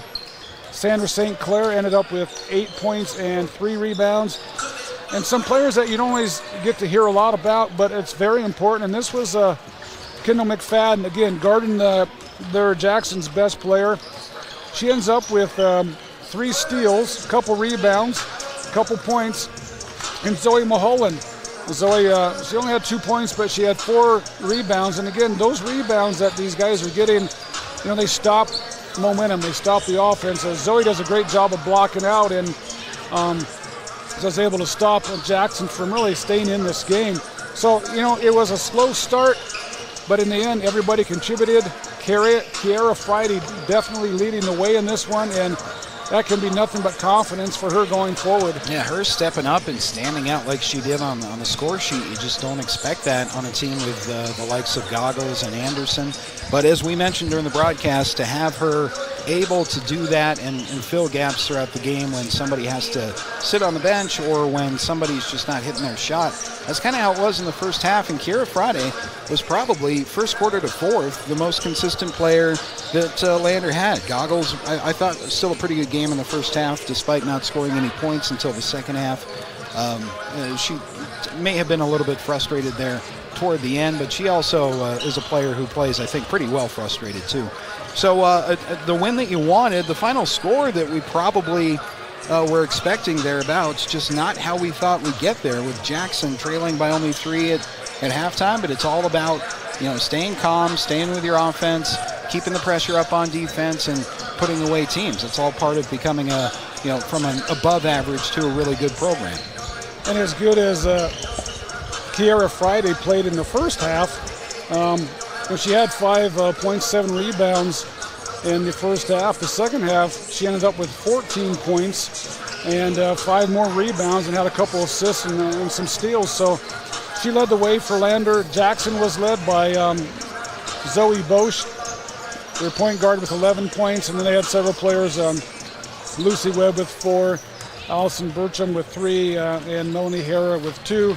Rena Rhodes also with 1, and Hayden Block with 2. And somebody else got a basket that I did not find out who that was, so that's a gift for whoever wants it, I guess, on the Jackson side. Hopefully we can get, when Drew Powell comes up here at halftime of this boys game, it'd be great to get Kiara Friday up here as well. I'd love to talk to her and just to congratulate her on a well-played game. And sometimes she gets overshadowed, but not tonight. Well, what I like about watching her is she's not the tallest, she's not the biggest, she's not the fastest, she's not the best shooter. She was tonight, but she's that kind of third-tier role player, and she knows exactly who she is, and she's defined sort of her own style of game.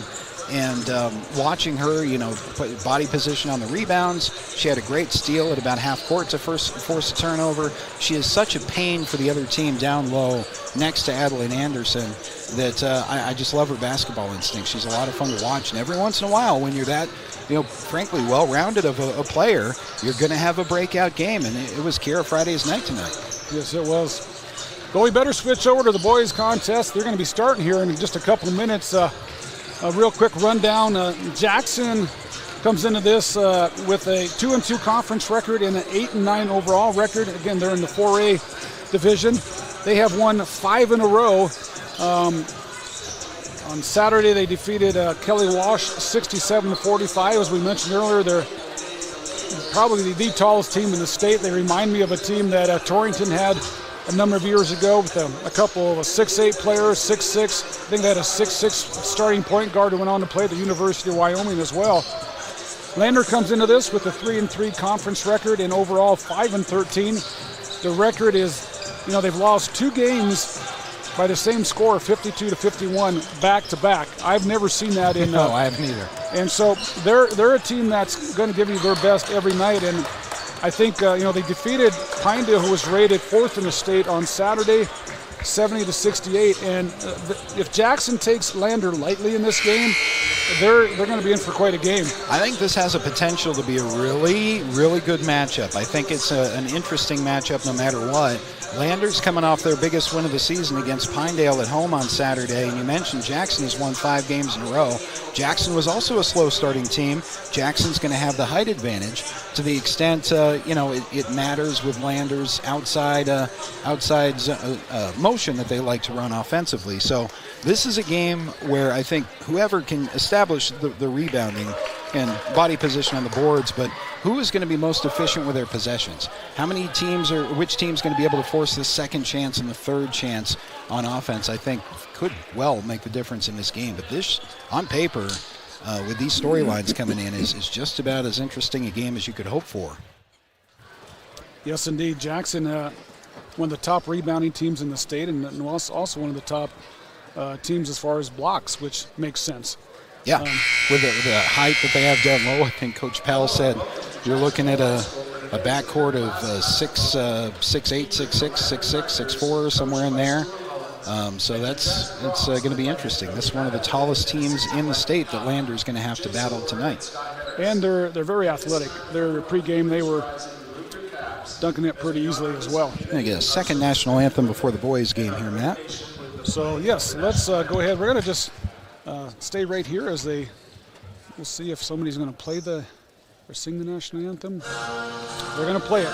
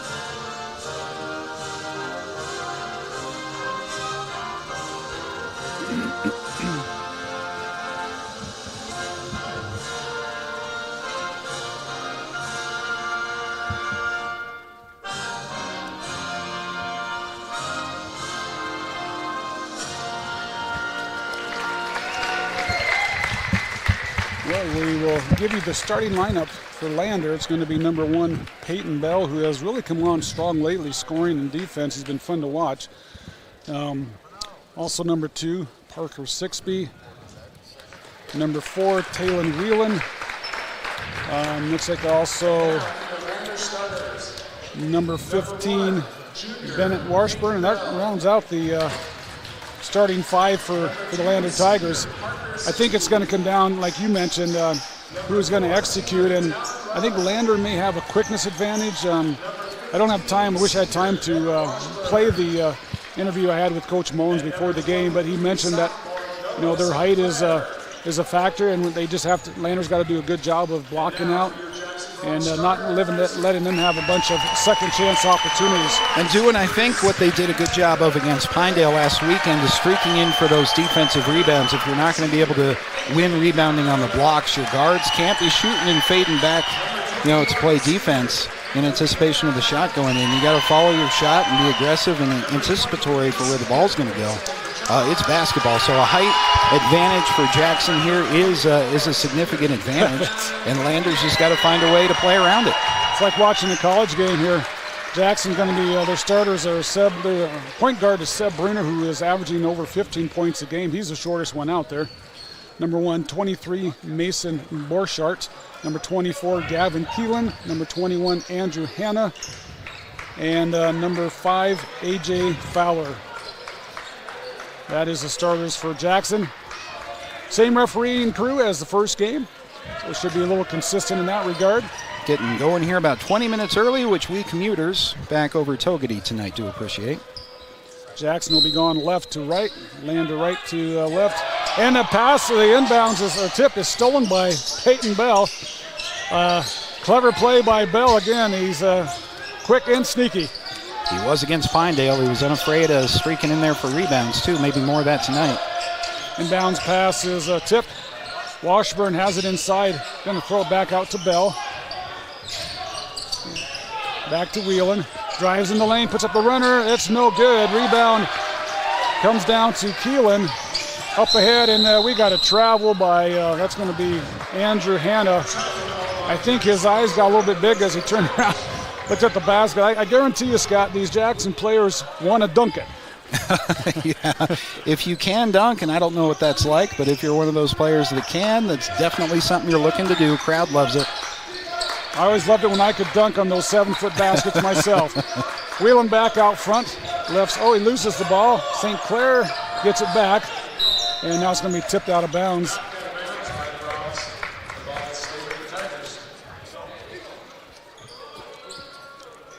Sixby will inbounds it in the corner. He's being guarded by Seb Bruner. And Bruner is the shortest player on his team, but he's still got to be 6'2" or 3. Because I've been next to Sixby, and he's easily 6'1".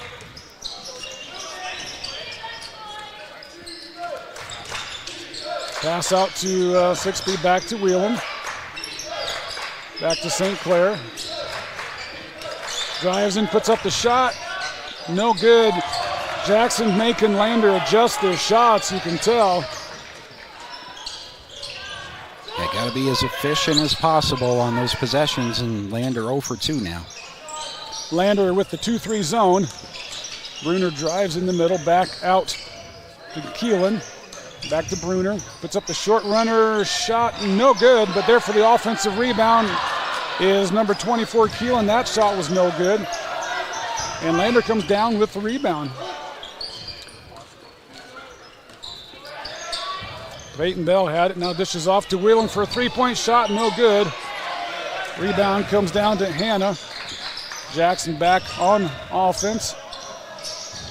Throw it in the corner, shot no good. Fight for the rebound comes down to Whelan, and that's what Coach had talked about, one and done. You can't let this team get more than one shot. I haven't disliked any possession from either team so far. Shots just haven't fallen for either side. Shot no good by Sixby. Rebound again to Keelan, and Jackson running it up ahead. That was Borchardt. I think he was trying to dunk it, and he missed the shot. I think he was thinking dunk, and he didn't have the angle, and he ended up missing the layup. Peyton Bell being guarded by Borchardt, and he's like, you got like a 6'6" guy guarding a 5'4" guy. Ball stolen by Jackson. Bruner has it up ahead, puts up the runner, and the shot goes in. Might have got a break on that shot. It's a really pretty finish. He wasn't even looking at the basket. Peyton Bell has it now, drives, puts up the scoop shot. It's no good. Bruner with the rebound. Jackson back on offense. Inside pass to Hanna is the shot is no good by Hanna, but he is fouled. That is not going to work for Lander. In transition, you can't get beaten to the block by anybody. Every Jackson player on the floor is going to have a size advantage, so you've got to get down the floor before they do under the basket. Free throw on the way is good by Hanna. Can sense, even though they're scoreless so far, can sense a confidence in this Lander boys team that's carried over from the Pinedale game last weekend. Second shot, no good. McFadden with the rebound. Fitting in there just a minute ago, replacing Whelan. McFadden has it, drives into the lane, nothing there. Whelan is still in there. Looks like St. Clair is the one who came out. Whelan with the drive. And he scores. 3-2, Jackson up early. 3-point shot, no good. Rebound is tipped out to Bruner. Jackson going to work their offense. Lander again in this 2-3 zone. Long 3-point shot by Bruner, and he nails it. Well, as exciting as that is for the home crowd, that's not Jackson's game, and you're going to give them that shot all day long. That's a long three. McFadden with the drive in the lane. No good. Rebound comes down to Jackson. Corner pass to Fowler. Now they get it inside to Hanna, and he scores, and you can see that height advantage that Jackson has, and they're taking advantage of it. Yeah, that is Jackson's game right there. Start up high. Helped out that you made a three on the previous possession, forced the Tigers to respect that, and then get it inside quickly for a good-looking shot inside. Whelan with the 8-footer. That shot's no good. Rebound down to Borchette, up ahead to Bruner. He's going to be fouled by Whelan. Now Lander, I mean, this is a simple observation, but their only problem is the shots haven't fallen for them so far. They've had some good looks. They've had good schemes and good ideas, just not hitting the basket so far. Jackson up 8-2 early on here in this game, and that looks like a travel. No call. 3:28 to go here in the first quarter. McFadden has it, left side to Whelan, drives in the lane, dishes it back out to Bell. Parker Sixby leans in, puts up the shot, no good, gets his own rebound, back out to McFadden. That's a shot I think Finn's going to have to take, because I think that's the only advantage Lander has is the 3-point shot. Yeah, they're working something from the outside. Sixby with the long three, it's good. Just like that. Nice rotation off of the shot they chose not to make, and they worked it beautifully to Sixby outside, and he'll hit that shot. He's been known to make those. Interior pass is stolen by Finn McFadden. Here comes Sixby. On drive, puts up the runner, shot no good. Rebound to Hanna. Up ahead to Borchette. This shot is good. For as big as this Bronx team is, it's amazing how efficient they are in transition. They get the ball out fast, which makes it hard to keep up with them. They're just, they move the ball well. 10-5. Jackson up early here.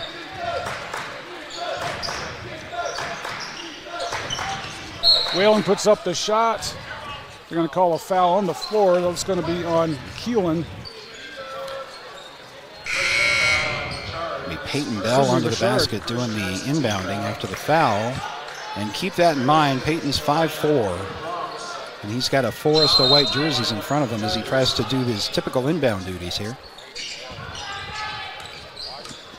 Washburn inside, back out to Brooklyn John. Whelan thought about it, spins in the lane, bounce pass to Bennett. Washburn, that shot's no good. Again, altering the shots is this height by Jackson. Even on Washburn, who's considered Lander's big man. Pass inside to Bereze. Is stolen up ahead to Peyton Bell. And he's going to lay it up and in. Nice job by Peyton Bell. The one size advantage Lander has is Peyton Bell. He's 5'4". You can't get lower than him when you try to defend him. And he jumps like he's 6'6". The guy is amazing. Long shot by Bruner, no good. Offensive rebound, rose in and out. And I'll tell you, Andrew Hanna has had lots of opportunities inside, and he's missed quite a few of them. Yeah, he's going to start making them, though. And Lander needs to run some offense and close the gap, if not get a lead here in the next couple possessions. Jackson only up 10-7, just over a minute to go here in this quarter. Bell has it out front. Pass is stolen by Bruner. Up ahead, puts the runner up, no good. Offensive rebound by Bouchard is there. Finally gets it and puts it in. Lander's got to be careful about the turnovers. You don't want to give Jackson any more advantage. Especially high guard-to-guard like that. You can't be doing that in this game. Talon Whelan with the three just like that. It's 12-10. Lander right in this game. Jackson will break the full court press. Inside pass to Hanna is good. And Jackson, they're good interior passing. I'll tell you that.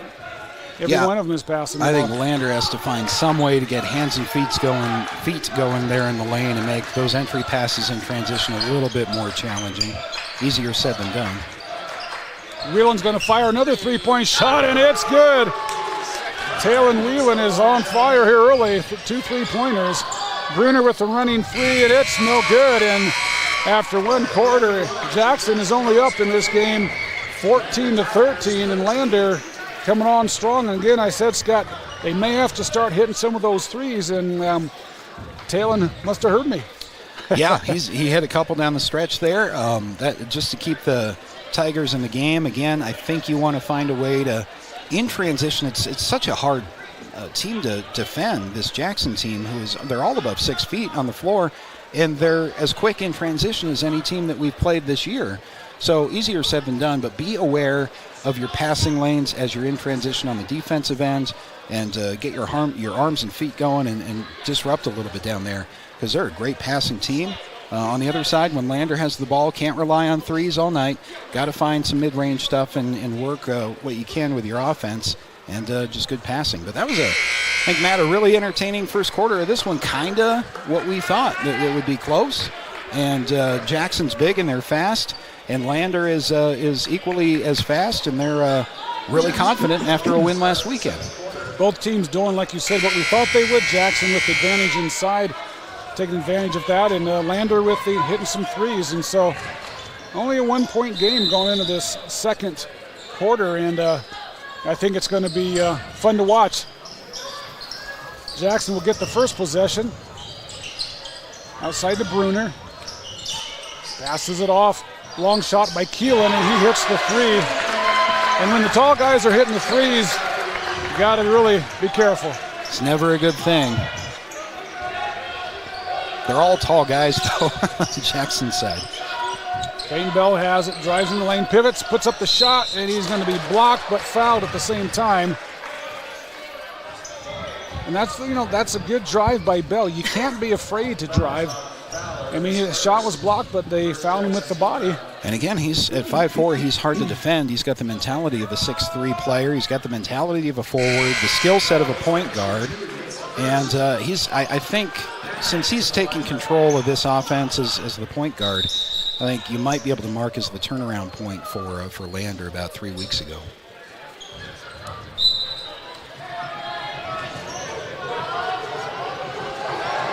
Second free on the way is good. Did he make that first free throw? I had my head down. He did. That's what I thought. Sorry about that. Thanks, Scott. Jackson back up with the ball, and just like that, Andrew Hanna, you mentioned he's going to start making them, and he is. It's 19-15. It's not just post play, but they're getting down there first in transition. Peyton Bell with the long three. If Bell and Whelan start hitting these, it's only a 1-point game, and it looks like Jackson's going to call a 30-second timeout. The problem here is if Bell hits a few of those and they start coming out with his quickness, he's going to be able to go by them, either put up a short jumper or dish it off to Washburn inside. So that's a good sign for the Tigers. So there's no question that it opens up the offense in that way, Matt. The only thing I worry about is those guards thinking to themselves, this is all we have to do. We're not missing, but you are going to miss. You're going to go cold at some point. So still work your offense. Use that three now that Jackson has to respect it to open up the rest of the floor. Don't be looking for threes. If it's there, take it. But use that outside respect Jackson now has to have for you to open up everything else as you just mentioned. After the short timeout, Jackson will get the ball back. Kana has it back to Bruner. Full court pressure. Pass is almost stolen, but somehow Borchardt has it. And in the corner, long three-point shot is no good by Keelan. Rebound and outlet comes down to Peyton Bell. Back to Sixby. Whelan's going to drive, puts up the short runner. Oh, the shot is no good. That's a quick shot, and it's probably the best way to not get it blocked. That was a great possession, though. That was perfect. Shot didn't fall, but liked what you saw from Lander there. Back outside to Bouchard from the corner, three-point shot, no good. Sixby with a nice block out. Lander down by one with a chance to go ahead here early in the second quarter.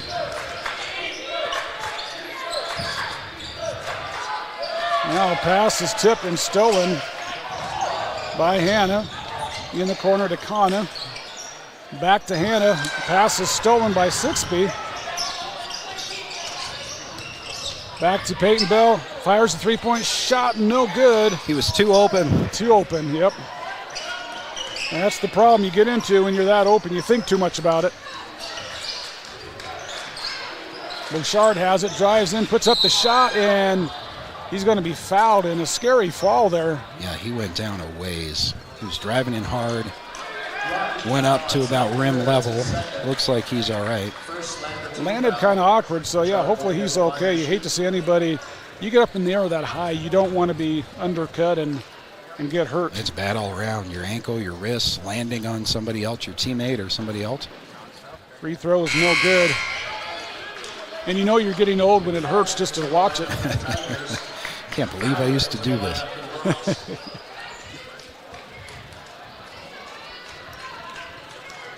Second free throw on the way. Looks good. It is. Jackson goes back up by 2, 20-18. And Lander just hanging around here in this game. 5:35 to go here in the second. McFadden back out to Sixby. Fires a three-point shot. It's no good. That's going to go out of bounds, and the crowd's going to let him hear about it. Again, not a bad possession. I like the rotation on the offense. Lander's been hitting those. As long as that three isn't in transition, as long as you have a couple of looks before that and open up the offense a little bit. Hannah with this drive and the shot, no good. Bouchard with the putback after getting blocked by Bennett. And Jackson up by 4, 22-18. Whelan's going to drive, puts up the shot, and he sneaks it in there. Good drive by Taylor Whelan. But again, altering his shot, he had to hang on to that ball in the air, and fortunately got enough backboard to finish that play. It was a really nice shot by Whelan. Keelan for a three, and he throws the air ball. So, it's like what goes around comes around, I guess, as he missed everything. But 22-20, again, Lander hanging tight in this game. Right side, back to Peyton Bell. Drives, puts up the runner, he's fouled again. Yeah, it's an offensive foul on... Oh, they're going to call the offensive foul. And I liked it. I saw a push it about the free throw line, and more importantly, I think what the official saw is a left arm kind of hook on the right block there. And yeah, he did. Trying to get that advantage to keep the defender from blocking that shot. Don't blame Bell for trying. Inside pass to Fowler.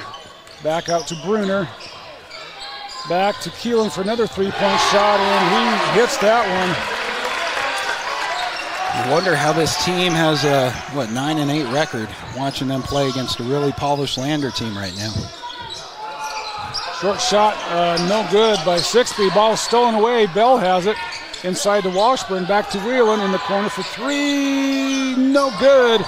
Sixby has their offensive rebound, and Lander is going to reset the offense. That's what you want to see. Nice job by the guards getting in on the offensive rebound.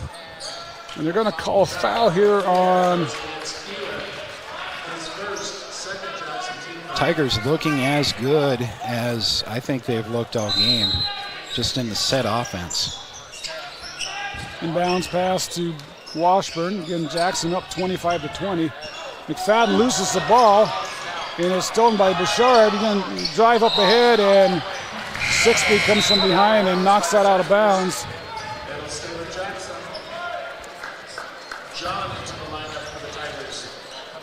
See Brooklyn John in the game for the first time. Jackson will inbounds it under their own basket. Again, up by 5. 3:40 to go here in the second. Out front to Keelan. Now in the corner to Bruner. Fires up the three. Bounces around. No good. Hannah with the offensive rebound. And that's just not fair when you're that tall. It's like we said, height is going to be an issue. That's an unavoidable obstacle that Lander has to find a way to overcome in various ways.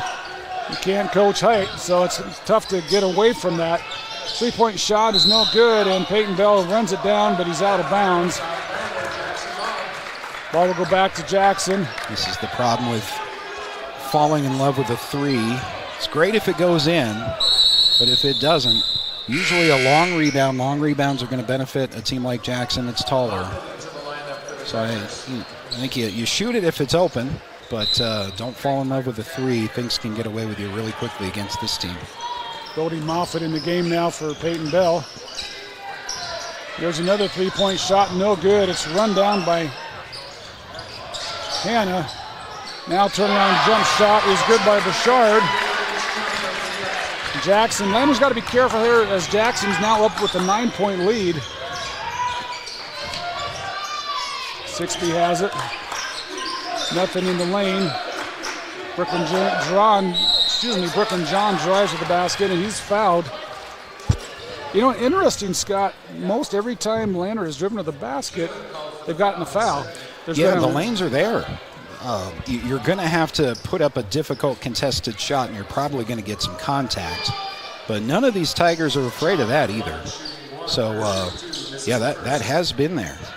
Interestingly enough, too, with all their height, but John misses the first free throw. Second one on the way is good. And we got a quick timeout here. It's a 30-second timeout, so let's just remind our listeners and viewers that Perfect Power Electric and Lander supports our athletes on and off the field. Give Perfect Power a call today for all your electric needs, 332-7184. Also, Porter's Mountain View Supply in Riverton is your one-stop shop for grills, spas, stoves, pellets, and more. Porter's is a proud supporter of Fremont County athletes. And State Farm agent Justice Jacobs is a proud Tiger athletics supporter. At State Farm, they are there to protect your future. Call today at 332-2530 or stop by their Main Street office in Lander. Good timeout there by Coach Mullins to reset the Lander Tigers, down 29-21. Again with the full court pressure. Bruner will bring it up himself, breaks the pressure. Really pretty good point guard himself. Again, Jackson with lots of passes. Get into Hannah, now to Bouchard, and that's just good interior passing there. You got to give Jackson credit on that. Yeah, Lander's going to try and double when they can on passes, and that was just Jackson with the extra pass passing out of it. Sixby's shot is partially blocked, and Jackson will reset their offense. Keelan back out to Bruner. Inside pass to Hannah. Now in the corner to Bouchard, puts up a three. That's a two. Long two. And Mason Bouchard has been Jackson's spark plug here in this first half. He's got 13, is that right? That is correct. And a turnover by the Tigers. Lander getting a little bit out of sync here. It's kind of like when you're fighting a heavyweight fight and the other opponent is knocking you silly and you get a few punches in, but he keeps punching you. Yeah, and Jackson's kind of peaking right now. They're doing well, getting the ball inside, getting those second chance attempts when they miss. Three-point shot from the corner by Fowler is good, and it's up to a 36-21 lead with 1:21 to go here in the second quarter. Lander was only down by 1 point at one point in this quarter. Shot is no good by Whelan. Inbounds pass save is stolen by Whelan. He's going to pivot in the lane. Puts up another short shot. It's no good. Even on that play, Whelan, on those last two shots he had inside the lane, he felt like he had to alter his release. Bouchard with the runner in the lane, and that shot is good. And right now, Jackson having their way inside against Lander. It's a really good-looking team. Size, speed. Lander just trying to keep up at this point. There's another foul as Sixby drives to the basket. It's also, for these Jackson fans, a lot of fun to watch a team that's big and fast and likes to run the ball in transition. That's Bouchard's second foul. Just like Lander is playing its best basketball of the year the last couple of weeks. So, too, it would appear, the Bronx. Free throw on the way is no good by Sixby. He'll be back up there for a second shot. And Coach Mullins had mentioned this before the game, too, in our interview about how Lander had an emotional game on Saturday. It was a hard-fought game, a lot of energy expended. So to come back this short, is tough. And it's a weird, as we talked about with the girls' game, it's a weird Tuesday, early afternoon, early evening start time. No JV games, long bus ride. Beauchard now hits a three. He was just hitting the twos, and now he hits a three. So, well, any scheme, any offense, if you hit threes, you're just going to run away. That's all Jackson's done here late in the second quarter. Bennett drives in the lane, puts up the turnaround shot, blocked by Hannah. 9 seconds to go here in the second quarter. Jackson up by 20. Bruner's going to drive. Backdoor pass shot is good by Fowler. And you could not execute a better 10-second play by Jackson than what they just did. Jackson again having their way against a smaller Lander Tiger team, and they're up at halftime 43-21. And we are going to, looks like have a chance in a moment to talk to Coach Powell, Lander girls basketball coach. So we're going to take a quick timeout here, go back to our sponsors, and we'll be back after these messages.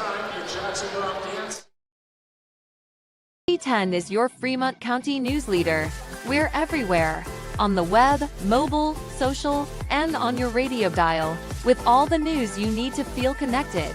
From sports to board meetings and community features, we work hard to bring you all the latest updates you care about. Visit us today at county10.com. County 10, community connected.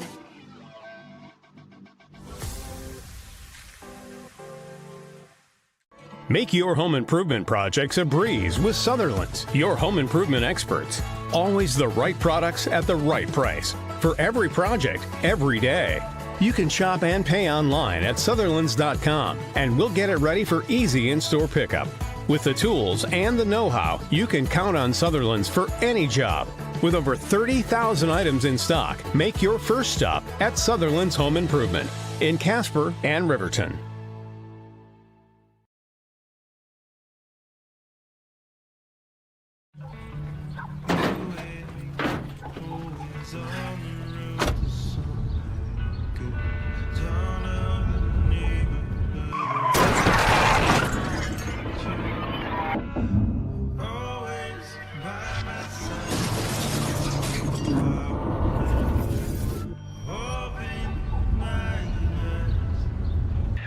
Why do we enforce seatbelt laws? Because in real life, you don't get a second chance. Justice Jacobs State Farm Insurance Agency, where friends go. Justice and his team are dedicated to helping you protect what's important. We offer a variety of insurance products and services to help you protect what's important to you. With customizable coverage plans, safe driving rewards, and discounts, Justice Jacobs can help you create a solution that's right for you. Go Tigers! Visit us at 990 Main Street in Lander or online at insuredwy.com.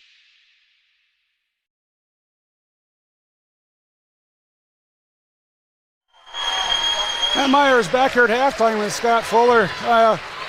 We have got Kara Friday here with us at halftime. And Kara, you guys defeated Jackson tonight. Started out slow, but you were consistent the whole game, and you played an amazing game. I think 19 points, 12 or 14 rebounds, a couple steals. There for a while it's kind of like, is Lander going to play down, to Jackson? How's this going to work out? But you were the spark plug that kept Lander in that game and then pulled away. I think it was your best game of the season. Awesome job out there. Thank you. How did you feel midway through that game when it was kind of close? What were your thoughts? Just as a senior, I knew I just needed to step up for my team. And we did start slow, but overall we just started picking up the pace and started figuring things out. We didn't let up, so. Yeah, I think you guys had 35 points in the second half, if I'm not mistaken. You actually had 14 points in the second half. Your leadership out there shows. Sometimes I think you get overlooked. You got Adeline Anderson, who's always on the boards and scoring inside. But you did a great job the second half. I thought you guys did a great job of interior passing. And again, your play just stood out. Yeah. Do you Did you think as the game went on, maybe you guys got back to your style of play? Yeah, I felt like at the beginning, obviously we started slow, but at halftime we talked about it and we knew we're way better than this. We can do way better, so we just stepped it up, and I'm just glad we got the win out of it. Yeah, these games can be tough. I mean, they're non-conference, Jackson being a 4A team, and playing an 0-15 team can come into that game going, well, what do they got to lose? Are we going to be able to beat this team? We don't want to play down, but again, slow start, but I think again your play was crucial to Lander getting back on track, and again consistent the whole way through. Proud of you, great game. It's fun watching you, Kara, and you guys are getting better every game. Tough loss back Saturday to Pinedale, but like Coach said, you guys are getting better. I think you've won 4 out of your last 5. You're peaking at the right time. You have Worland on Friday. Do you know anything about Worland? I say that, last time we played them, I feel like we're a completely different team now from last time we played them, so I think we'll do pretty good against them. And I think, they're not that as good as a team, but we just can't underestimate them. We kind of did that against Jackson, but I think we'll get the one out of that one. That's a good point. A good lesson to learn, too. You can never take any team lightly. Well, Kiara, thanks for coming up here. Again, great game. We're going to grab your coach here for a minute. I'm going to let you get so you don't miss the bus, but as long as we got the coach, you should be good. Okay, thank you. You bet. Yeah. That was Kiara Friday of the Lander Tigers, and now we've got Coach Powell. And Coach, just talking to Kiara, she had a great game. I thought, games like this, it doesn't surprise me that both teams started kind of slow, but Kiara just had a great game, kept you guys in it at first, and then I think it was, to me anyways, it appeared that her play, her aggressiveness on the boards, shooting, kind of got you guys back to the game you're used to playing. Yeah, she really helped us get out in transition, and then her free throws in the first half were huge. It seemed like we couldn't get the ball to go in early. I think we were 2 for 17-ish in the first half from inside of the three-point line, which most of those are 5 to 10 footers. And it's just sometimes it's really hard to get the ball to go in, especially in an environment like this. It seemed like at the start of the game you could hear a pin drop, and there just wasn't any energy in the game. And then the second half came around, and I challenged them just to stay in front of their ball handlers, put some pressure on them.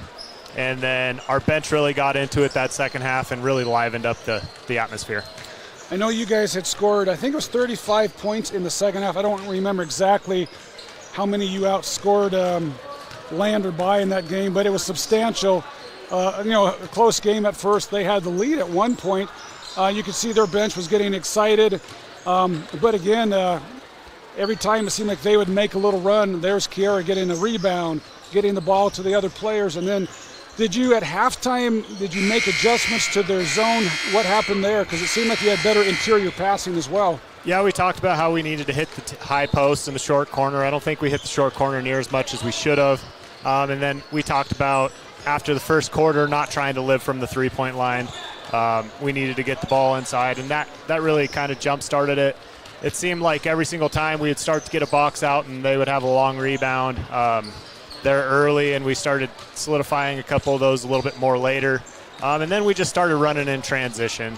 That's where we're at our best, and we did a pretty good job at that in the second half. Yeah, and again, I thought it was we saw the Tiger basketball in that second half. Games like this, when you play a team, as you know, 0-15, that it can be hard at first because, sometimes you think, well, maybe they're not going to play that hard. But I thought you guys finished the way you needed to finish. What do you know about Worland coming up on Friday? We played them down in Rawlins. I know that they have some good girls. They're a bigger team. They kind of play bully ball a little bit, and then they sit in a 2-3 most of the time. So we really need to go work on getting those high post and short corner entries.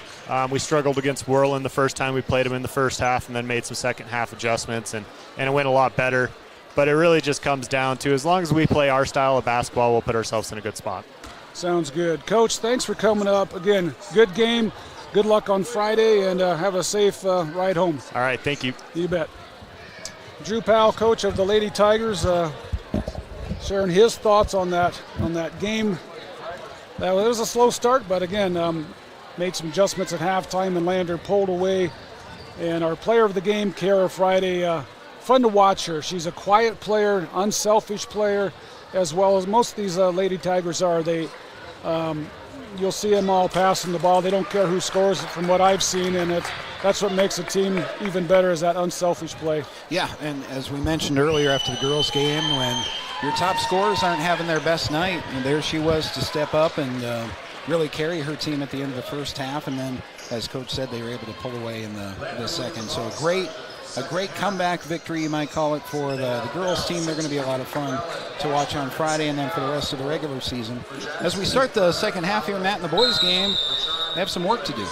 Yeah, Jackson outscored Lander in that second quarter, 30-7. So not the kind of second quarter that Lander was expecting, I think. But again, Jackson showed what they're capable of with their height and passing inside. Lander with the ball again, down 43-21. Peyton Bell has it, drives in the lane, puts up a runner, shot no good. Rebound comes down to Keelan, and the pass up ahead goes out of bounds. Peyton Bell on that last possession for Lander doing everything he could to drive in there and make something happen. Jackson does throw the ball away, so the Tigers with another crack at things here. And again, Peyton got to the basket, but that height makes you alter your shot. Yeah. That's normally a shot I think he makes. Now short jumper by St. Clair, no good. He gets his own rebound back. He's going to drive back in there. Dish it to Sixby in the corner. Three-point shot, no good.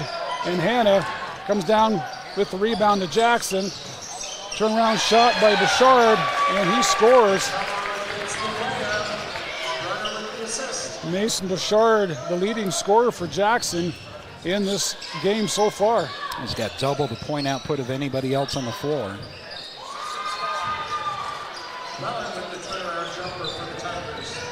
Sixby with the basket for the Tigers. Jackson back on offense. I was counting those points for Bouchard. I think he's up at 18 already. Jackson has 3 players that average in double figures every game. Three-point shot from the corner is no good. St. Clair with the rebound. Peyton Bell up ahead. Still plenty of time in this game to go on a run. Got to limit the turnovers and to do your best on rebounding here too. Sixby with the shot, no good. That was clever by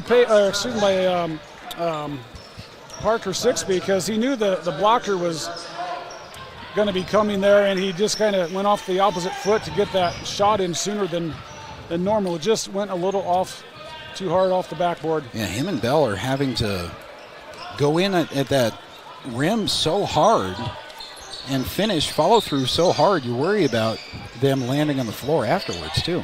Another three-point shot is no good. Sixby with another rebound.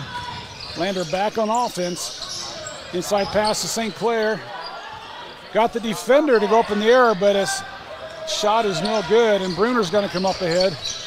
Pass to Bouchard, and he's on the floor. It looked like he got fouled. I'm going to say he was out of bounds.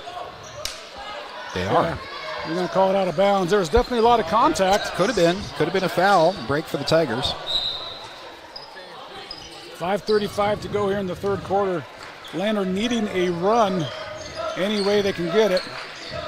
Bell drives, puts up the shot. Oh, it's no good. And fight for the ball, and Jackson comes up with it. Boy, Bell is trying every trick in his bag to try and work inside, just not falling for him. Bruner right side. Now left side. Pass to Fowler, back out to Keelan. Jackson just moving the ball. They get it into Hannah. Pass outside is turned over as Bruner was not where he was. Hannah was looking to pass that. That's the old zigzag. One did the zigging, the other did the zagging. This is actually a pretty slow start for Jackson. And unfortunately for the Tigers, they really haven't been able to close the gap at all. Just not falling for them offensively. Now, both teams scoring 2 points here to start this third. St. Clair fires a high three-pointer. That's no good. Washburn with the rebound. Back to Whelan in the corner. Shot's no good. Fight for the ball. Parker Sixby comes up with it, puts up the shot. It's no good. Now another fight for the ball, and hit comes down to Bruner. Up ahead layup is good by Seb Bruner. And we got a quick timeout by Jackson. Coach on the white bench not happy about the rebounding despite his advantage. Always coaching as good coaches do. Exactly. It really has been a pretty slow start for Jackson. They've had a couple of good looks. Landers had some good looks, and things aren't falling for the Tigers. You can't fault the effort for Lander, though. They are trying everything they can to counter this size when they have the ball. And it really is you see how big an advantage height is, which is pretty obvious in basketball, but when you couple that with the transition speed that Jackson has, it's a tall task. Yeah, I did not expect the transition speed to be there for Jackson, but they like to get down the court. And, Lander is getting to the basket, surprisingly enough, and it's just that they're altering their shots, and that's what's making it tough. I think that's the observation of the game. Any shot that Lander's taken, the arc has had to be modified, or the place where the ball leaves the shooter's hands. It's taken these Lander Tigers out of years of muscle memory. Here comes Bruner up ahead again with another steal. And now Jackson starting to get back to how they were playing in the first half, and Lander's going to have to be careful that Jackson doesn't make another run. Bell's shot is no good. Back on offense comes Jackson. Bouchard has it now, back out to Keelan. Inside pass to Bearzay. That shot's no good. He gets his own rebound. Turnaround shot, no good. Sinclair comes down with it. He's going to bring the ball up the court, drives in. Had a couple guys going in the air trying to block a shot that didn't shoot. Whelan has, what a fake by Talon Whelan, the move of the day. And most importantly, finish the layup as well. Exactly. Yeah, you don't want to make a great move and then miss the shot. Jackson back on offense. Hanna gets it in the corner to Bouchard, back out to Bruner, fires a three-point shot, and it is good. Seb Bruner, the leading scorer for Jackson on the regular season, starting to light it up again. He's got 12 points. Lander continues to work hard. There's a nice shot by Bennett Washburn, just taking it right to the body of the defender, and he scores. But these starters are having to go up and down the floor a lot for the Tigers, and you can sense the tank running a little empty right now. Shot by Bouchard, no good. Fight for the rebound, and it comes down to Hanna. Jump ball's going to stay Jackson basketball. So we do get a couple of subs in. St. Clair and Sixby going to take a break. Looks like Brooklyn John is in there along with Finn McFadden for the Tigers. Hanna has it out. Now Bearzay is going to drive in, pass it in the corner to Bouchard. Puts up an 18-footer, and that shot is good. And you kind of wonder, Scott, how this team is only 9-8. It's a pretty impressive display. Everybody can shoot from everywhere. They've got the size, they've got the speed. I'm trying to find a weakness on this Jackson Wranglers team. Quick shot by Whelan goes in, and Lander's going to call a quick timeout. We got a full timeout here in this third quarter with 2:06 to go. Jackson up 54-29 over Lander, so we'll take a quick timeout and be back after this break. Construction is a local contractor dedicated to our community. We're proud to support our student athletes in every sport on and off the field. We believe in hard work, crafting excellence, and building legacies one project at a time. We bring your vision to life. Visit GoddardConstruction.com to see what we can create for you. Goddard Construction, building Fremont County one project at a time. Northside Auto Body Shop in Lander is proud to support sports and student athletes for the 22-23 season.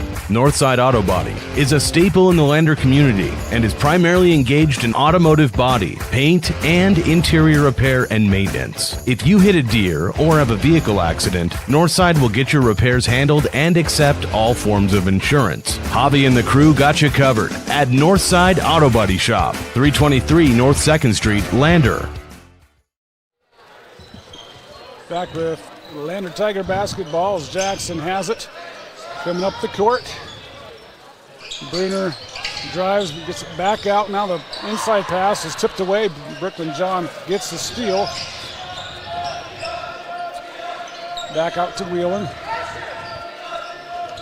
Back to McFadden. Drives, pivots. Oh, we should put up the shot. He was there. I think he slipped a little bit there. Yeah. I think he thought he traveled. John pivots, puts the ball in the lane, nothing there. Back out to McFadden. Playing the Jackson Bronx tonight. Hopefully, Matt, I haven't referred to them as the Wranglers more than once, but do realize the opponent. I get confused with Cody, I guess. There's a lot of Bronx in Wyoming. Yes, there are. Shot and hustle for the rebound, goes out of bounds to Lander. Excuse me, goes out of bounds to Cody. Now you got me messed up here. Who's playing this game? I don't know. It's Shoshone versus St. Stephen's. I don't know. I think that's what I was thinking. Jackson will get the ball out of bounds underneath their own basket.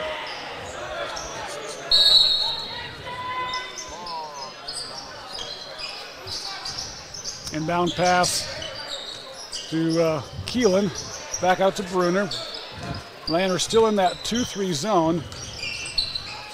Keelan's going to fire a long three-point shot. It's no good. Bounces off a couple people. And Brooklyn John comes down with it, but a little slippery on the floor right there. We've seen a little of that, and that does factor in. That ball was also kind of bouncing around amongst the rebounders, and I think Brooklyn John feeling a sense of urgency to get down the floor. 1 minute to go here in the third. Ball inbounds pass is tipped away. Whelan has it. He's going to drive back out to St. Clair. Puts up the shot. It's blocked from behind by Bruner. 50 seconds to go here. Jackson up 54-29. The fake and the three-point shot is no good. And again, if you can make the move but don't make the shot, no good. Three-point shot from the corner this time is good by Owen Kana. His first bucket of the game. Jackson up 57-29.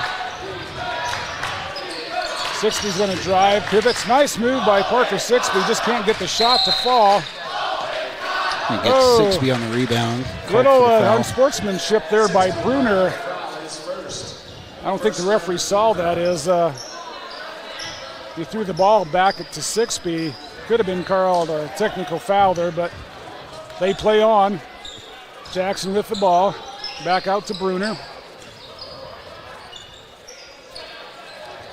Keelan in the corner. He's like 6'8", and he doesn't even go to the basket very often. He's going to shoot another three, and he's probably hitting one of those, if at all.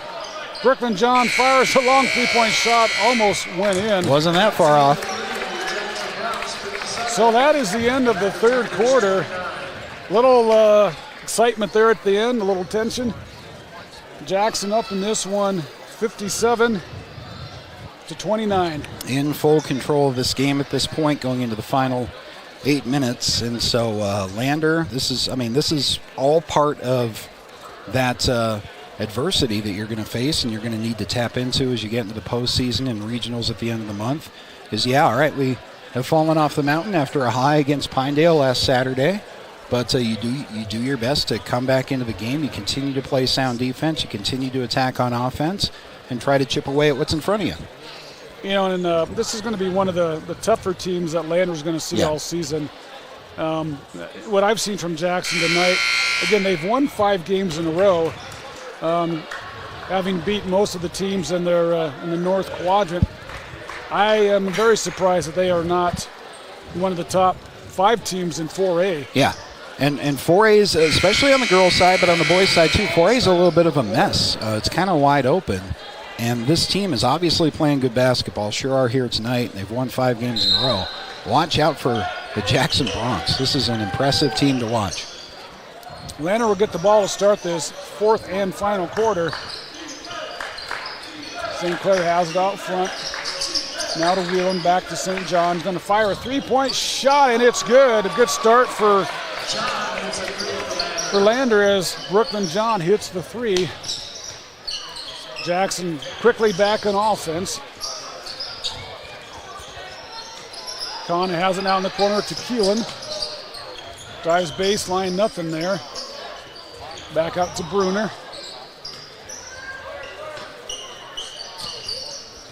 Back to Kana. Back to Bruner on the right side. He's going to fire a long 3-point shot. It's no good. Fight for the ball comes down to Sixby. Like Sixby holding up there. Thought about throwing the ball ahead, but wisely pulled it back to run the offense. Wheeling with it on the right side. Back to Sixby. Fires a quick 3-point shot. Bounces around. No good. Rebound comes down to Jackson. Bruner up ahead. Puts up the runner, and that's a very athletic shot by Seb Bruner. Score that basket. You can see why Coach Mullen said he is one of the more athletic guards in the state. And this team in transition continues to impress with their size and their speed. Sixby has it. Tried to pivot, lost it, and gets it back. A slip there inside, too. Maybe some slick spots on this floor. Whelan has it. Pull away shot, fade away, is good. Taylor Whelan having himself a really good game tonight. It's not going to be enough for the Tigers, but overall he's played a pretty decent game. He has. Now from the 3-point line is Kana. Shot no good. Fight for the rebound. Jackson gets it. Back out to Bruner. He's going to fire another 3-point shot. It's no good, and the ball hits that wire above the basket. Again, I don't think I've seen a gym where that wire is. No, it's a strange place to put that wire. I'm sure there's a good reason for it, but it has impacted play in both games. Tigers back on offense. Sixby has it, and they're going to... Oh, boy. Yeah, thought for sure Sixby was getting the offensive foul with a push there. Oh, they did. They did, yeah. I was going to say he did push off. Tried to get a little separation, but didn't work. And the Jackson crowd chanting, "You can't do that." The student section, the black hole, as you see across the court if you're watching on the YouTube channel. Bruner tried to get the ball inside, and Keelan not be able to control it. I thought for sure, Scott, we might see a few dunks in this game tonight. I mean, it's not over. We still got 5.5 minutes to go, but especially the way Jackson runs the court. Lander back on offense. Wheeling with it. Back out front. John, dribble drive, left side. Puts up the shot, no good. Fight for the rebound, and John gets his own ball.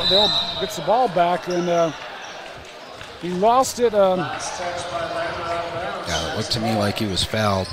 John there trying to track down the rebound, but was not called. Peyton Bell back into the game for Lander. Games like this are tough. You know, you don't want to lose like this, but like Coach Mullins, and you have said this many times too, that winning is easy. You don't always learn when you win. It's losing that you can work on some things, and I believe the Tigers will do just that. Jackson gets the ball inside to Barazay. Left-hander shoots, and it is good. Jack Barazay. But never, to your point, Matt, never hurts to play good teams. And it can, if you're seeing a speedy team like this and a team with size, better to see that team, that style of team now than in the postseason when you're playing to extend the season. Playing good teams can up your own game. And he gives, I think, as Coach Mullins, he's subbing in some different players from time to time. Bodie Moffett in there, get some quality playing time, good experience as a senior. Always a good thing to get your bench involved in games like this. Again, just searching for positives, but there are some to be taught. Sixby's going to drive, nothing there. Now he puts up the short shot, bounces around, fight for the rebound, and Let's see what they call. It's going to be a jump ball. I believe so. It was. And it's going to go back to Jackson. Sixby had a nice little turnaround jump hook. It just didn't quite fall. Again, I think you hit on it, Matt. All these shots are having to be altered. And if you do that muscle memory that you've established for years, it can be tough to overcome. Looks like Jackson also has another player in there, number 25, Ty Van, as a pass is stolen by the Tigers. Again, 4:07 to go in this game. Jackson up 61-34 over Lander. Whelan drives at the basket, and he is going to be fouled on the drive. That's a smart move. You know, it's hard to teach offensive players to drive into the body of the defender, but when they're a lot taller than you, that kind of negates that height advantage too. That's a great point, because in the lower levels of basketball, you're taught just the basic fundamentals of don't run into the defender, vice versa. But as you get to the higher levels and there's more nuance to the game, it does come in handy. Whelan from the deep corner drains the three-point shot. Lander now down 61-37. And again, very indicative of Coach Mullen's teams. They fight all game. They do not give up. Which is the number one thing you like to see for a team that's trying to rebuild itself a little bit. And the ball goes off the referee, out of bounds. Interesting thing, Scott, there. The ball came down and Bennett Washburn hit it. It hit the referee, but I thought it hit the Jackson player after that, but maybe not. Ref is a part of the game, and I think what the ref was explaining is he was considered out of bounds. Yeah, exactly. That's true. Good point. Three-point shot from the corner. That one, I thought that hit the guide wire. It definitely hit the Grand Teton, as that was up there at quite an elevation. Yeah, it was. It almost hit the wire. I also thought it went off of a Lander player, but it's going to be Tiger ball. So Lander with some younger players in there right now. Paxton Hollingshead, 24's in there, along with Porter Plaisted, number 12, getting some experience. And Whelan again drives into the lane, and he's going to be fouled. And it's only Jackson's second foul here. You kind of wish that Whelan had discovered that in the first half, how open that right to left across the lane is for him. He's really found something on that. Playing against some backups now, but still, that's been really effective in the second half. Yeah, and he's played hard the whole game, and he's been productive. He's trying to set that up again, but wasn't there this time. Now the pass out to Plaisted. Back out to Sixby. Going to drive and baseline, puts up that little short jump shot again, and that's what I think he was trying to do early on. Yeah, the shots didn't miss by a whole lot either. The move was there. It's just sometimes you put up the shot, it hits a weird part of the rim, and you have a hard time getting it to fall. Now the ball is on the ground. It's stolen. Has the ball stolen by the Tigers. Sixby up ahead to Bodie Moffitt. Turnaround shot, no good. There with the left hand, too. And if he can get comfortable down there with the turnaround and there on the left-handed finish, even though the basket didn't fall, both of those shots are impossible to stop, especially if you're playing a team that's less height inclined than Jackson is here tonight. So that's a great aspect of Sixby's game to see develop. Keelan just about lost the ball there for Jackson. Now long three-point shot is blocked. And Larson, of all the things, Larson for Jackson, number 11, is in the game. And we've seen 6'8", 6'6", and we got Larson probably 5'2". Oh, a more normal-sized high school kid in my book. He does stand out amongst the trees on the rest of his team. Jackson emptying the bench here with 2:13 to go in this game. Just imagining the wide receiver core that the Jackson football team must have. You know, and you just, as Taylon Whelan came out of the game, Coach Mullins, class act here, met him as he came off the court and just really encouraged him, saying great game. He just had a better team tonight that they played. A really impressive team. Jackson's got just about everything. Larson out front. Now back to, I guess we got two Larsons. I wonder if these guys are twins. Now they realize that.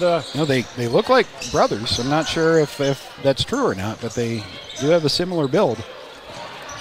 Three-point shot from the corner is good. by Ty Van. Jackson crowd on fire here.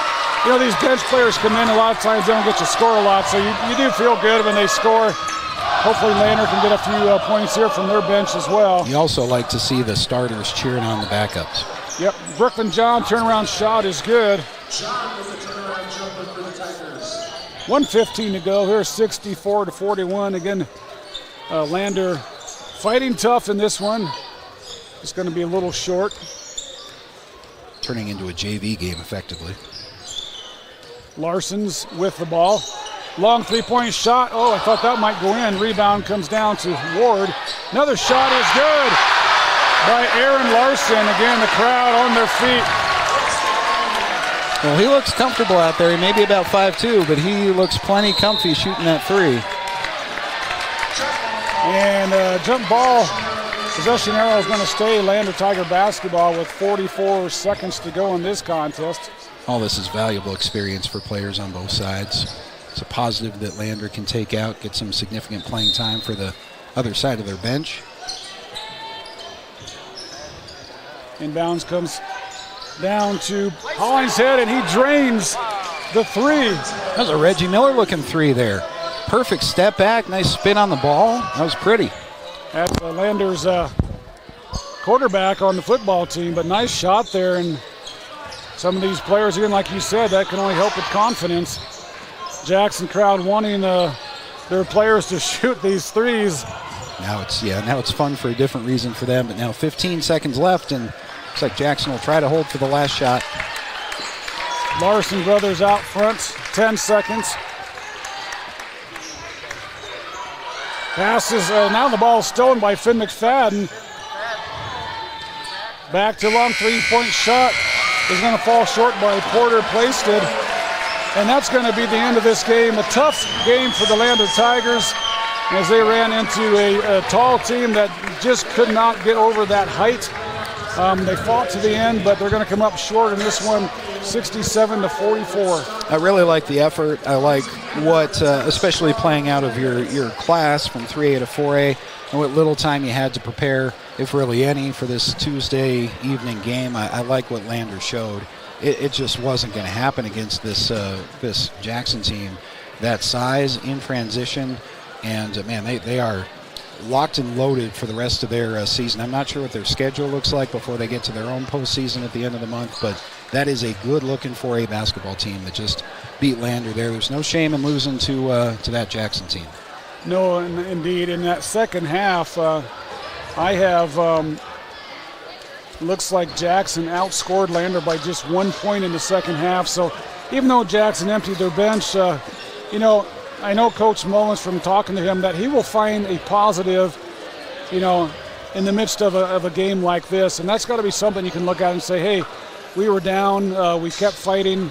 They didn't really outscore us in that second half. And despite their height, they got a lot of not offensive rebounds, they got a lot of rebounds, but I thought Lander battled hard. And again, yeah. When you really only have one player that's 6'2" on your team, and you're playing a team that has four of them that are 6'8", 6'6", they did the best they could.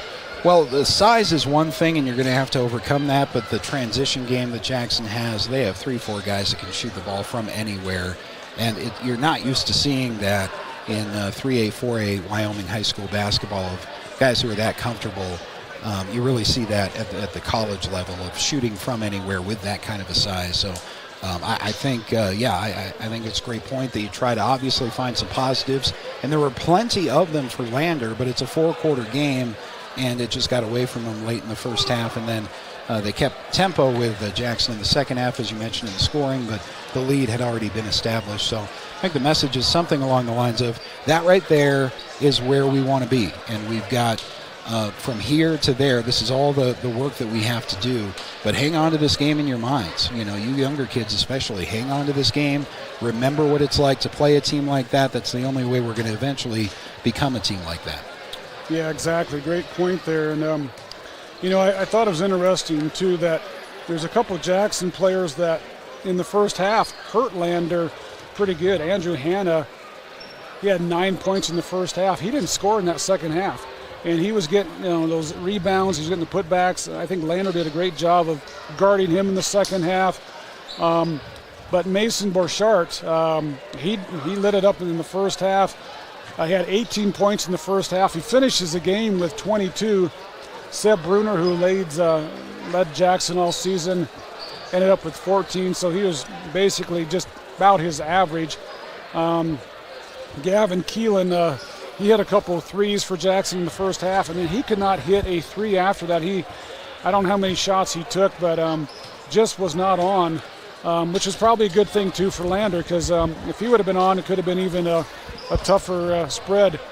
And then Fowler had 5 points for Jackson, and the rest was kind of spread out there. For Lander, they were led by Talon Whelan with 21 points, and pretty evenly, 10 in the first half, 11 in the second. He played his heart out, and he, like you said, he found a way to get into the basket, into the lane, draw the foul, and make some tough shots. And so that's got to be a confidence booster for him. And, apart from him, there was scoring was spread out pretty evenly. Peyton Bell was 7, Parker Sixby was 7, Bennett Washburn, 2 points, but you kind of understand why, when you're going against the height that he was, it's tough to get shots inside. Brooklyn John was 6, and Paxton Hollinshead comes in off the bench and hits a 3. So, again, second half played pretty close. Again, I thought there might be a few dunks in this game, and there weren't. There were not, which is a credit to Lander. I mean, they didn't give up any silly turnovers that led to those wide open transitions except once or twice, and neither of those ended up in slam dunks. But so many weapons on that Jackson team.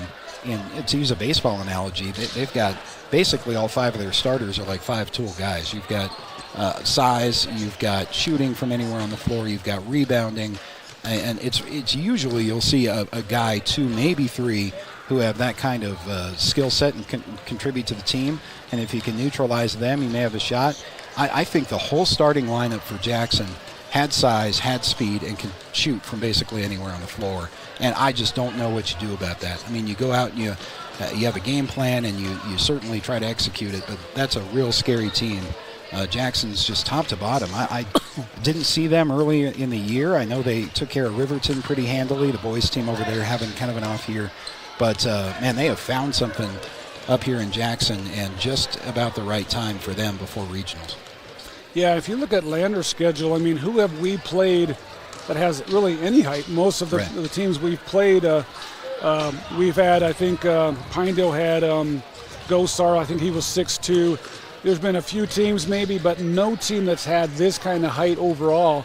And that's what Lander had to combat tonight. And the speed, too. Exactly. I don't know what you do about size with that kind of transition speed. Well, we got Coach Mullins here. Coach, tough loss tonight. Kind of ran into a buzzsaw. We talked about Jackson's height before the game. Scout and I, we're a little surprised by how well they ran the court as well. Yeah, they've got athletes. 23 is really good athletes, and I mean they all are. They run the floor well. 2 is about as quick or as fast a guard as you're going to see. And that team's won 6 or 7 straight with 4A competition. They've gotten all their guys back. So their record's a little deceiving because they haven't had their starting 5 pretty much all year until these last couple weeks, and so. That's a team that could easily make a run at state.